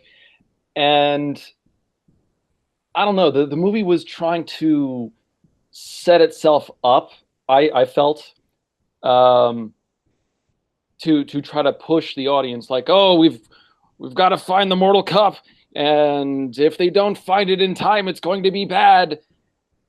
And I never got, because the situation wasn't handled and wasn't set up properly, I, for one, never got invested. It's like, oh, Mortal Cup. Well, you know what's interesting is, so when we're introduced to the City of Bones, Jace tells Clary, like, this is where all the shadow hunters are buried. And there's literally like hundreds of thousands of tombs in the City of Bones that house like former shadow hunters. And we're only throughout the course of the movie, we only see like 3, 4 shadow hunters. And I feel like the movie set up the Mortal Cup missing as being the reason why there's only 3 or 4 shadow hunters operating in New York City, because you can't make any more of them without the Mortal Cup. But at the same time, it's like, well, why didn't you have like a line of dialogue that said, ever since Valentine turned evil, he's been killing off all the shadow hunters, trying to get rid of them. And so like, that's the reason why we need to get the cup back, is because our numbers have dwindled so much that we need to replenish them. Like, it would have been a simple fix, but they never actually, kind of go forward and do that, which I feel is a big error in the writing. Because, I mean, a lot of these fixes for narrative errors would just require like a simple line or two of dialogue in the movie. Like, it wouldn't be like a big thing you'd have to like really dive deep to explain. You just say like, oh, Valentine's been killing us and we need to replenish our numbers. Like that, it would have been as simple as that. Another thing that kind of bothered me was when we touched about this previously, was when Simon was kidnapped by the vampires at Magnus Bane's party.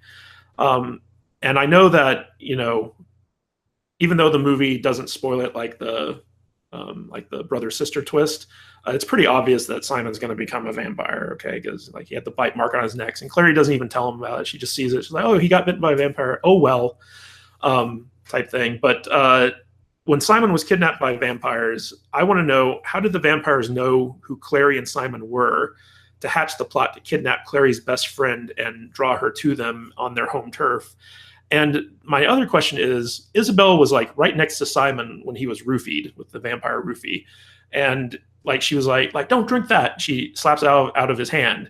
And then the vampires literally just like, kind of like get in between her and Simon. Is like, no, as the vampires drag her away. And she's like, oh, I can't do anything. But then like later on in Hotel du Mort, she's like killing multiple vampires with her whip, like left and right. It's like she had no problem dealing with the vampires in the hotel. But at the bar, she's like, oh, there are 3 vampires surrounding me. I can't save this guy who's like 2 feet away from me. So Jennifer, I know that, this was probably handled differently in the book. Why don't you let us know your thoughts on it? If I remember correctly, Magnus says something along the lines of like, that his parties are neutral ground, or like a neutral place where everyone can come, and that they have to put aside their differences and that there shouldn't be any violence, etc. And so my, I guess, recollection and understanding of why she didn't intervene was because of like the no bloodshed rule at the party. And it didn't really make sense to me, but that's how I remember it, was that's why she didn't do anything. But it is ridiculous because she's like one of the most badass of the shadow hunters. Like, she's the one that like comes in and saves the guys a lot, actually. So it is weird that she wouldn't do anything. I feel like if you're going to break a rule like that, that's the time to do it when your friend's about to be kidnapped by a bunch of vampires. But I mean, in the book, he also turns into a rat. Like, he literally morphs into a rat. He's no longer human because of what they give him at the party, the roofie. So it's totally different in the book. Like, it's a completely different. But the problem with the movie is that, like, there are 2 other shadow hunters in the vicinity. Like, she could have called for help before they were able to drag him not only out of the party, but all the way back to their hotel. Like, you'd think that, there'd have been some type of, resistance put up. What do you think, Krimson? I was actually going to make a joke about they can't fight on the party because that would have been really super rude. It does kind of kill the moment, though, when you have these three vampires who come up and use the blue food dye roofie on Simon, and at first glance, it looks like, oh, vampires are really intimidating. They're cunning, they're fast, they're strong. They managed to do this with only like 3 vampires, I think it was. And then later on, they're just getting taken out left and right.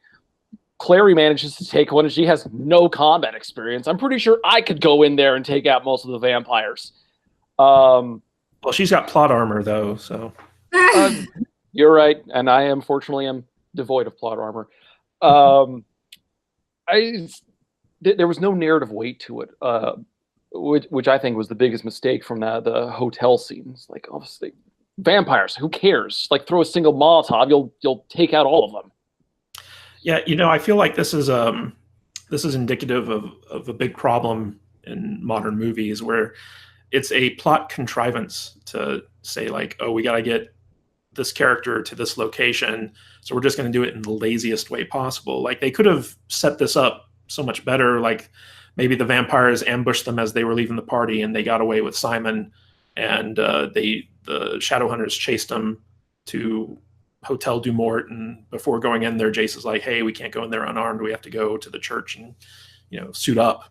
And there could have been some tension there where it's like, well, if we give them time with Simon, who knows what they'll do with him. And he's like, hey, if we go in there now, we're going to get murdered. So, like, there could have been like another way to handle that, as opposed to the incredibly lazy way that they ended up doing it.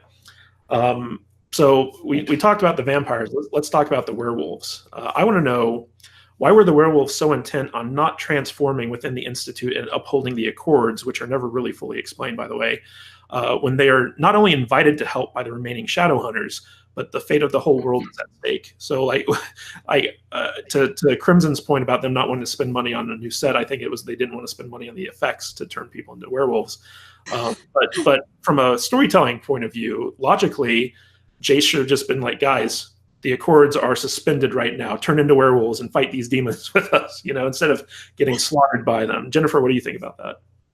Yeah, and I mean, the role of the werewolves I thought was super downplayed in the movie in general. Like, there's not as much background about the werewolves and what they're doing, and how Luke is involved with them.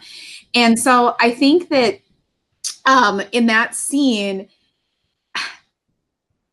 without them explaining more about the Accords, and without them explaining that, what they all agreed to these things. They weren't, in the book, they're not even supposed to be in the Institute at all. They're not supposed to set foot in the Institute, let alone turn. Like, they're not even supposed to be in there in their human form. So I think that, like you had said, you could fix it with 2 or 3 lines in that scene, and give them the whole background of the angels and demons and Shadowhunters.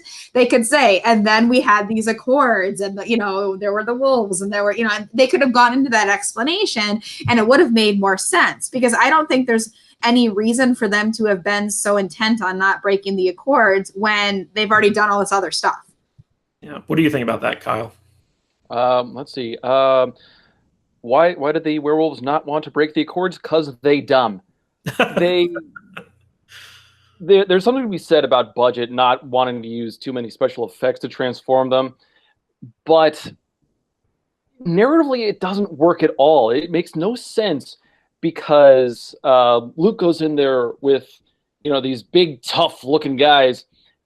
Every single one of them gets slaughtered. Every single werewolf dies, which I mean, it's kind of better that way than if they had followed the book more strictly. And when I say that, I mean, I happened to glance at the right page when I was flipping through this book earlier, and apparently Luke took over as the alpha in that group like 1 week prior to the actual fight. So it would have looked extremely selfish of him if he walked in there, got all of his guys killed, and was like, I didn't even know most of their names. Who cares?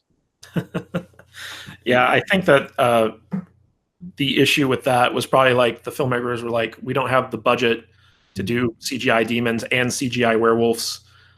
So we need to come up with a narrative reason why they can't transform, even if it doesn't make any sense. I do think it would have been nice if they had explored the Accords a little bit more, just to set the groundwork for the rules of this world that we're seeing the story in. But of course, they didn't do that. And it kind of be interesting to see, like, what did they cut out of this movie, if anything, because it might have been, when I know that personally, when I was making movies, you get so close to the trees that you can sometimes lose focus on the forest, because as a filmmaker, you're so invested in the story and so many aspects of it that you just assume that the audience has the same types of insights as you do. So you can cut stuff out that still makes sense to you, but to the audience, they needed that little extra shred of info to actually make sense of what was going on. So I'd be kind of interested to see if there was anything like that happened with this movie. But the next thing I want to talk about, how did Magnus Bane know Alec was in trouble enough to show up at the Institute to help him in the third act? Because this was a big Deus Ex Machina, in my opinion. What do you think, Crimson? I have no idea, honestly. He just walks in. I am being extremely generous when I say he has warlock powers. Maybe he was being a bit of a creeper, and so I wonder how that cute Alec guy is doing. He was a stalker. Opens up a view thing. It's like, oh, he's unconscious and badly injured in a bed. I guess I'll go help. I can accept that headcanon, but it is terrifying. It does kind of fit with the Twilight-esque theme that stalkers are A-okay. we keep seeing that theme in Twilight, 50 Shades of Grey, this movie now. It's like, stop idolizing stalkers. It's bad. Yeah, what do you think, Jennifer? I kind of agree. Like, I guess, either he used his warlock powers and sensed Alec, or, I don't know, because warlocks aren't supposed to be in the Institute either. So like there's all these people that aren't supposed to be there that are there helping and just showing up. And if I remember correctly, they call him in the book and ask for his help, but it doesn't really get explained that way in the movie. So it appears, again, like stalkerish. Yeah, and for the people out there watching who don't know what a Deus Ex Machina is, it's Latin for ghost from the machine, and it's basically a narrative error in the sense that something that was never previously set up suddenly comes in and resolves a crisis that can't otherwise be solved through anything else in the story. So the fact that we have this super powerful warlock character show up just when they need him to save this other character's life without any setup as to why he, first of all, knew that this character was in danger, or how he got there, or what have you. That's a mistake. That's a writing mistake that should have been addressed in the final version of this movie. But I will say that even though he's a magical stalker, at least he had the decency to wear pants when he showed up at the Institute. I always thought that was the weirdest way to introduce a character, where he's thrown his own party, he's just bottomless. He's like, hey, everybody, I'm not wearing pants. Look at how cool and offbeat I am. Was it like that in the book? Did he come out not wearing pants? I don't remember specifically, but neither do I. It would be his character always did very over the top, flamboyant, I don't care what anybody thinks things. I don't think it's necessarily out of character for him, but it was odd in the movie. But I feel like they did that joke better in Harold and Kumar, where there's hey, it's not a topless party, it's a bottomless party, and everyone has their junk flying out all over the place. But this was like the teenage friendly version of the bottomless party with one guy. Everyone else was wearing pants. And also, I was watching a review for this movie in my research, and someone had a good line where it's like, this movie's not only a hot mess, it's a hot topic mess. I feel like that was pretty good. All right, so Crimson, I'm going to throw this one to you. Why did Valentine hide Clary's mom at the Institute? Because shut up. Because reasons. That's why. I'm going to fall back on the they didn't want to build another set thing, and it's just easier this way. Narratively, I cannot find a single reason as to why or how they would have gotten the mother into the Institute, because it's just way too likely that someone would have stumbled across the mom when she's just floating there, kind of in one corner, right next to the supply room. In a locked room. You couldn't have even shut the door to a closet or something. Like, put her in the boiler room. No one goes there. Yeah, the room's not even locked, and she's just there. Now I will say that I think that there is an argument to be made that once Valentine's henchmen got the unconscious Clary's mom, Valentine might have ordered them to bring her to Hodge to see if Hodge could somehow reverse the effects of that potion that she took. And that's why she's at the Institute, is because they gave her to Hodge and he put her down there so he could try to fix her. But that's like headcanon to the 1000th degree, like nowhere in the movie is this even hinted at. Jennifer, what do you think? Why was Clary's mom in the Institute?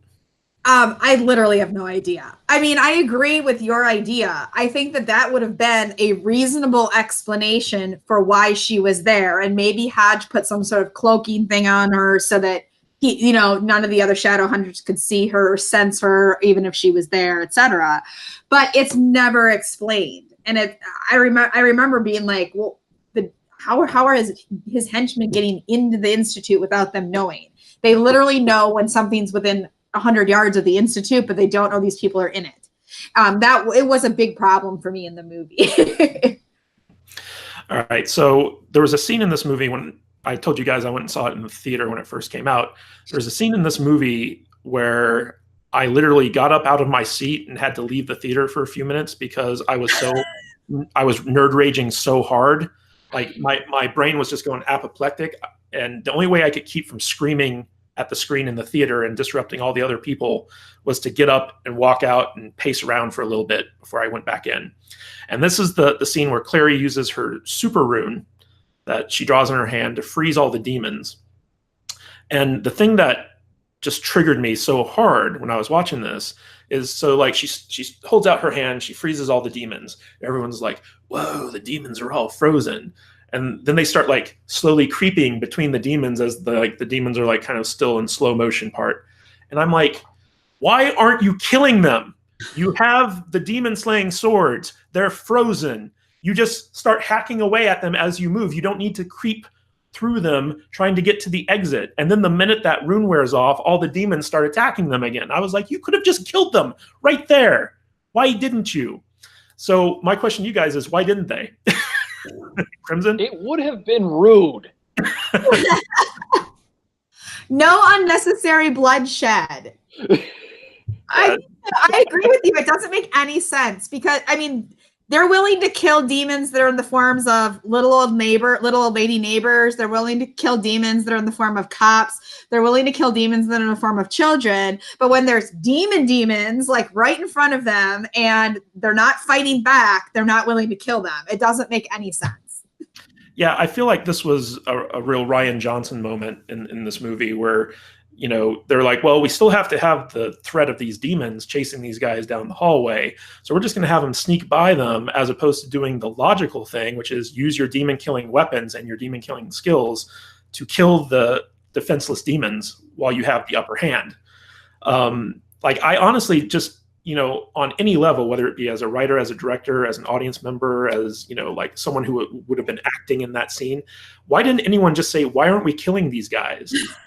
Like it's just such a blatantly obvious solution to that issue that I remember it so vividly, like walking out of the theater being like, I can't believe something that stupid just happened and I watched it.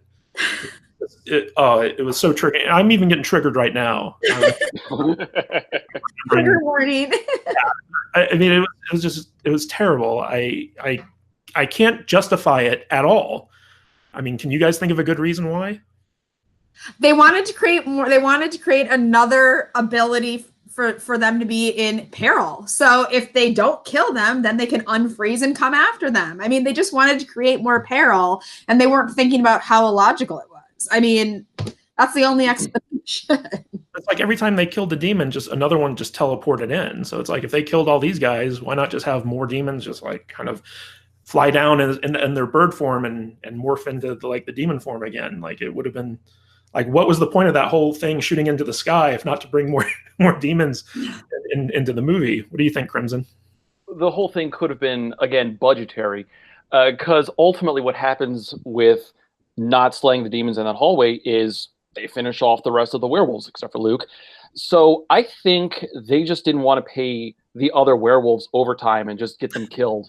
I can't think of anything else. Sorry, biker guys. We don't want to pay your overtime. Okay. So probably the second most triggering thing for me in this movie in terms of narrative errors was the part where, so the big twist is that Hodge, the Institute's senior shadow hunter / keeper, he's basically an agoraphobic, which means that he's afraid to leave the Institute, go outside in the real world. And he basically betrays the shadow hunters and aligns himself with Valentine because he believes that Valentine can somehow help cure his agoraphobia or something. It's not really clear as to why he decides to kind of switch sides. But in helping Valentine execute his plan, which is another big kind of like early 2000, late 90s trope of having the beam shoot up into the sky for no particular reason because it looks evil. He goes to the roof of the observatory in the Institute and opens it up using this lever so that the beam can go out and signal demons from across the earth. And he decides to sabotage this thing so that it can't be reversed. And what he does is he literally takes a cog off of the lever, walks 2 feet to a potted plant and puts the cog in the plant. And he's like, oh, no one will ever find it here. He doesn't even bother to like put like some dirt over it to hide it or something. He's just like throws it in and he like runs away. And I'm sitting there watching it. I'm like, really? That's where you want to hide it? Like literally 2 feet away where anyone who does a rudimentary search can find that thing. Jennifer, what do you think about that? I think, again, it was just lazy filmmaking. I think that, he could have chucked it out the window. So it went, chuck it up through the opening outside. He could have done anything. He could have gone off onto the side of the roof and chucked it off the side of the roof. And I honestly think it was just, hey, we're filming this scene. We already have the scene here. Let's, we already have the set. He's walking away from there. Let's just have him dump it there. And then we don't have to film another scene. What do you think, Crimson? I think the screenwriters were playing too many video games at the time, and they just got off a binge of Resident Evil where you needed to collect 3 pieces of the heart key to get into the police chief's office.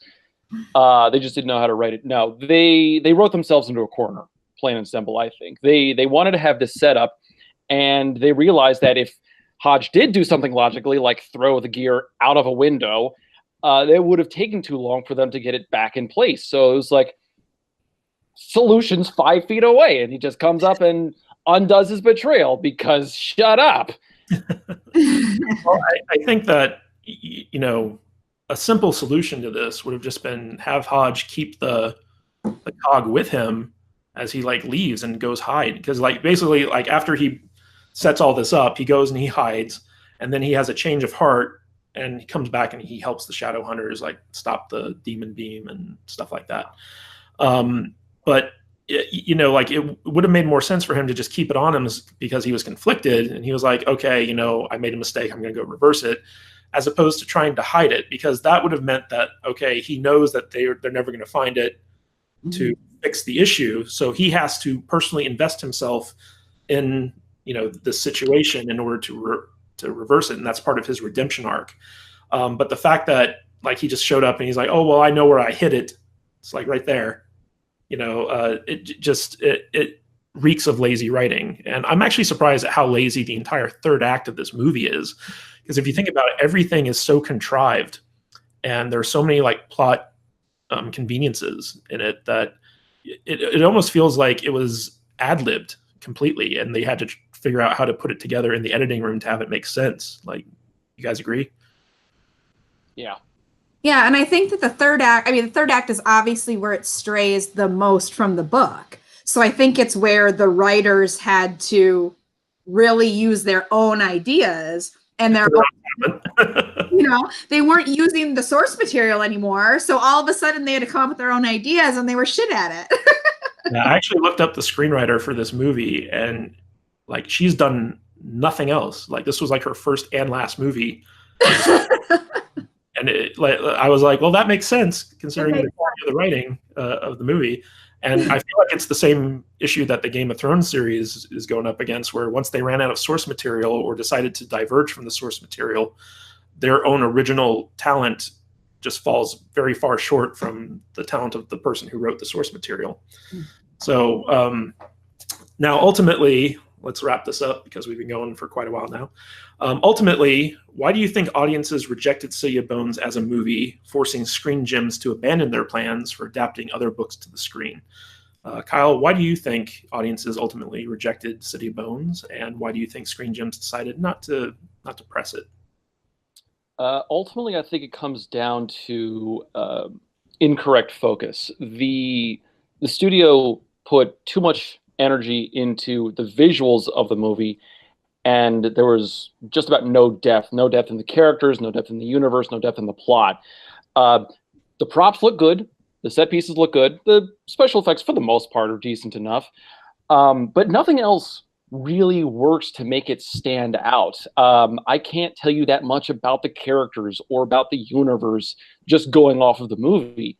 And it doesn't do anything. It doesn't like have any unique lines or really unique set pieces, and it doesn't apply the universe well enough to really get you interested in that.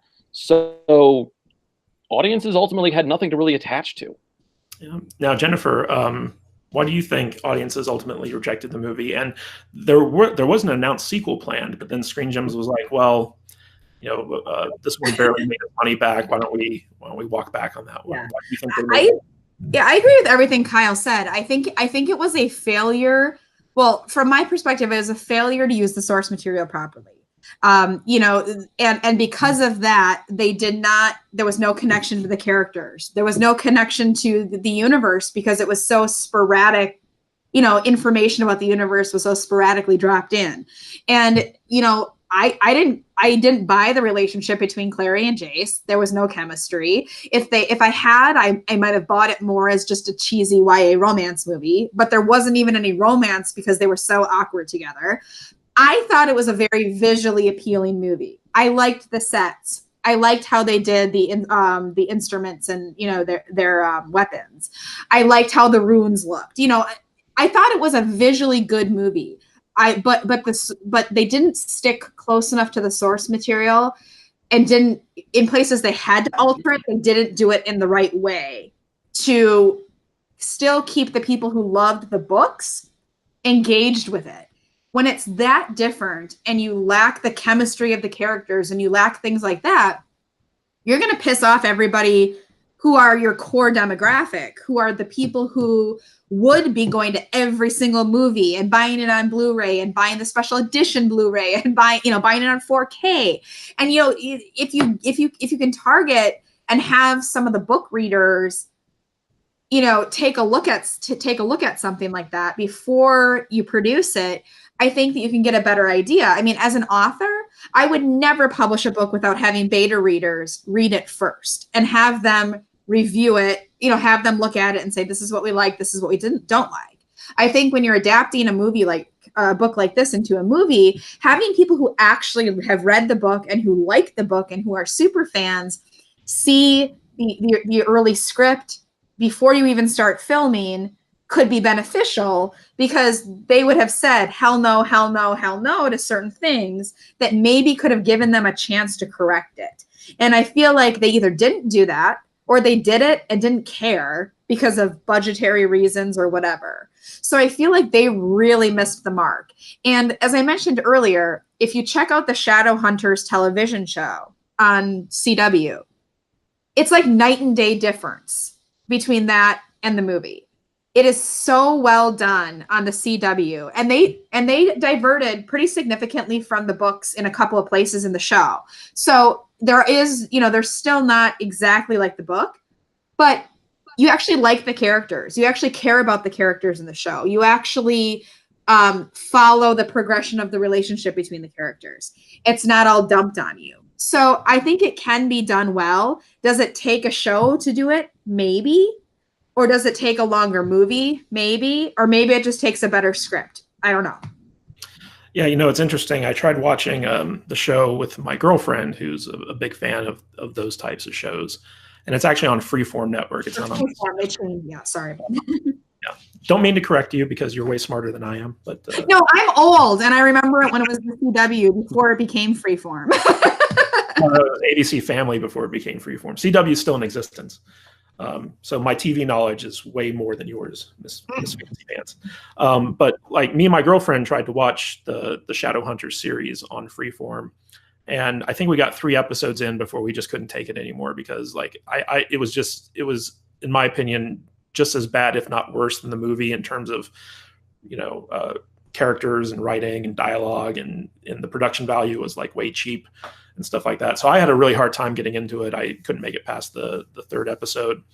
But I also think that there's something to be said about, in my experience, people in Hollywood don't like to read. I'm willing to bet that the producers and the director of this movie never read the book.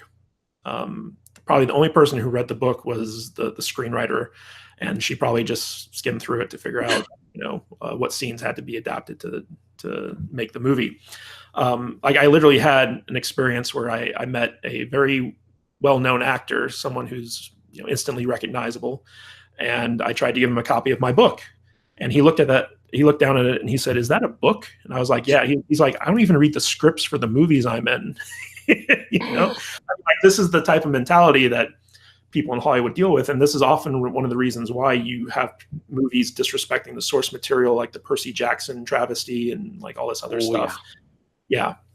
Where basically the filmmakers, like, they don't have an appreciation for the source material. And I think that was probably the biggest problem with this movie, is that the people in charge of making it didn't care about the source material.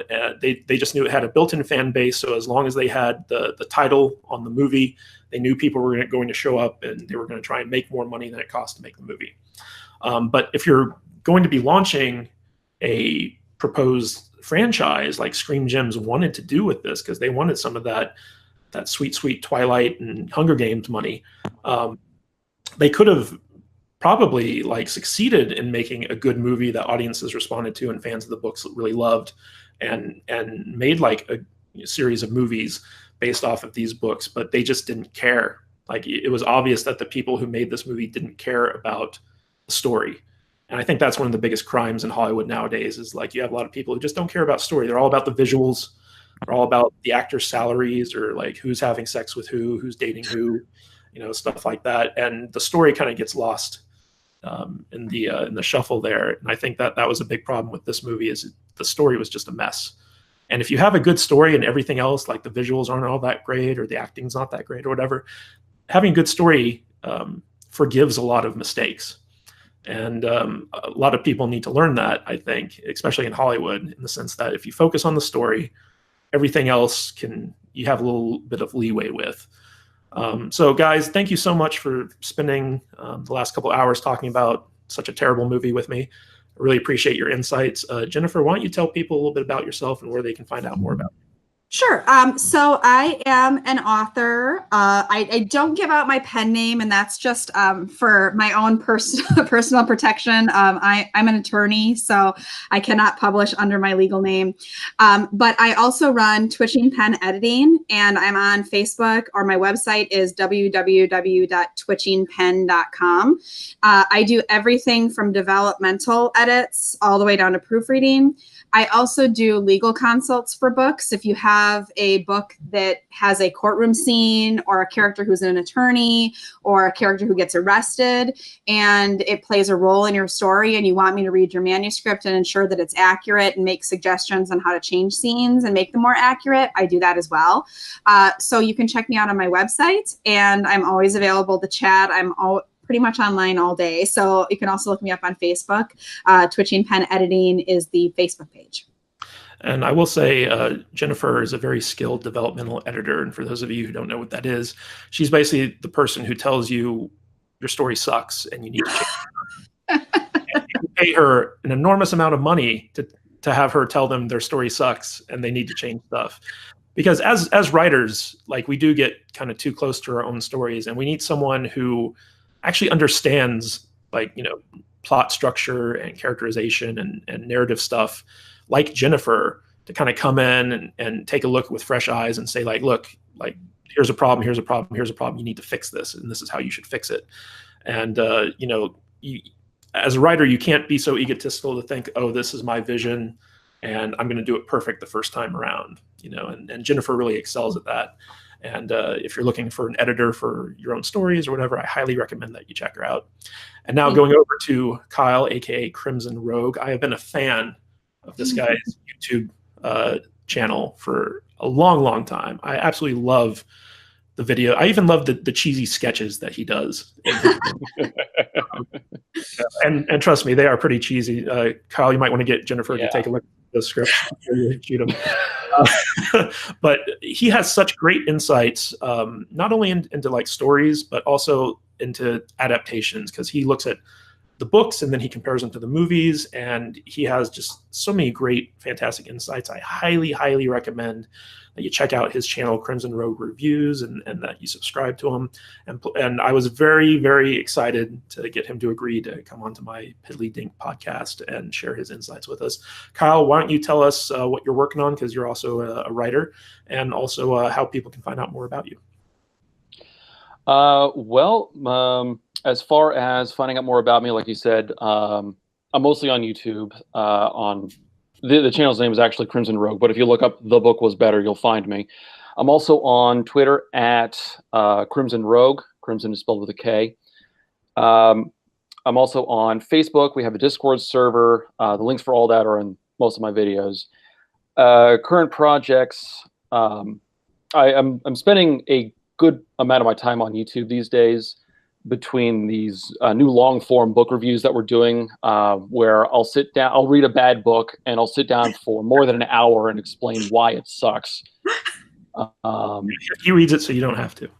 I read it so you don't have to. I'm the literary version of the nostalgia critic. So those are things. I'm still going with The Book Was Better, which is the main show where we compare the book to the movie. I am also working on my own novel, which, God willing, will be published sometime next year. I'm going through the second draft at the moment, and it is very slowly killing me inside, but... Well, we all know how that goes. Sometimes you just got to delete that entire chapter. Mm-hmm. Or 5 or 6 chapters. Sometimes, yes. Do you have a title for the book yet? I'm still working on the subtitle, but the series is going to be called Luminarius, and I kind of want to stay tight-lipped on it, because I'm trying to do a lot of things differently from other novels that I've read, but it's kind of a contemporary fantasy where there's this secret war going on against demons in modern times. So, oh, that's cool. So this roundtable review is actually relevant to what you're writing. In a lot of ways, yes. Well, that's great. Well, I got to tell you both, I'm very impressed with your ability to actually read stuff, because it takes me a long time to sit down and actually like read a book. I know Jennifer, like, you know, she speed reads because that's part of her job, and Krimson just reads constantly. So I think that, you know, thank God for people like you, because if it were up to me, like, I'd probably read like maybe 1 book a year at the rate I read. Most of my reading's done on Twitter, if that tells you anything. But anyway, guys, thank you so much for coming on the podcast and sharing your insights. I hope everyone out there enjoyed this City of Bones Roundtable review. This is Matthew Kadish, and we will catch you next time.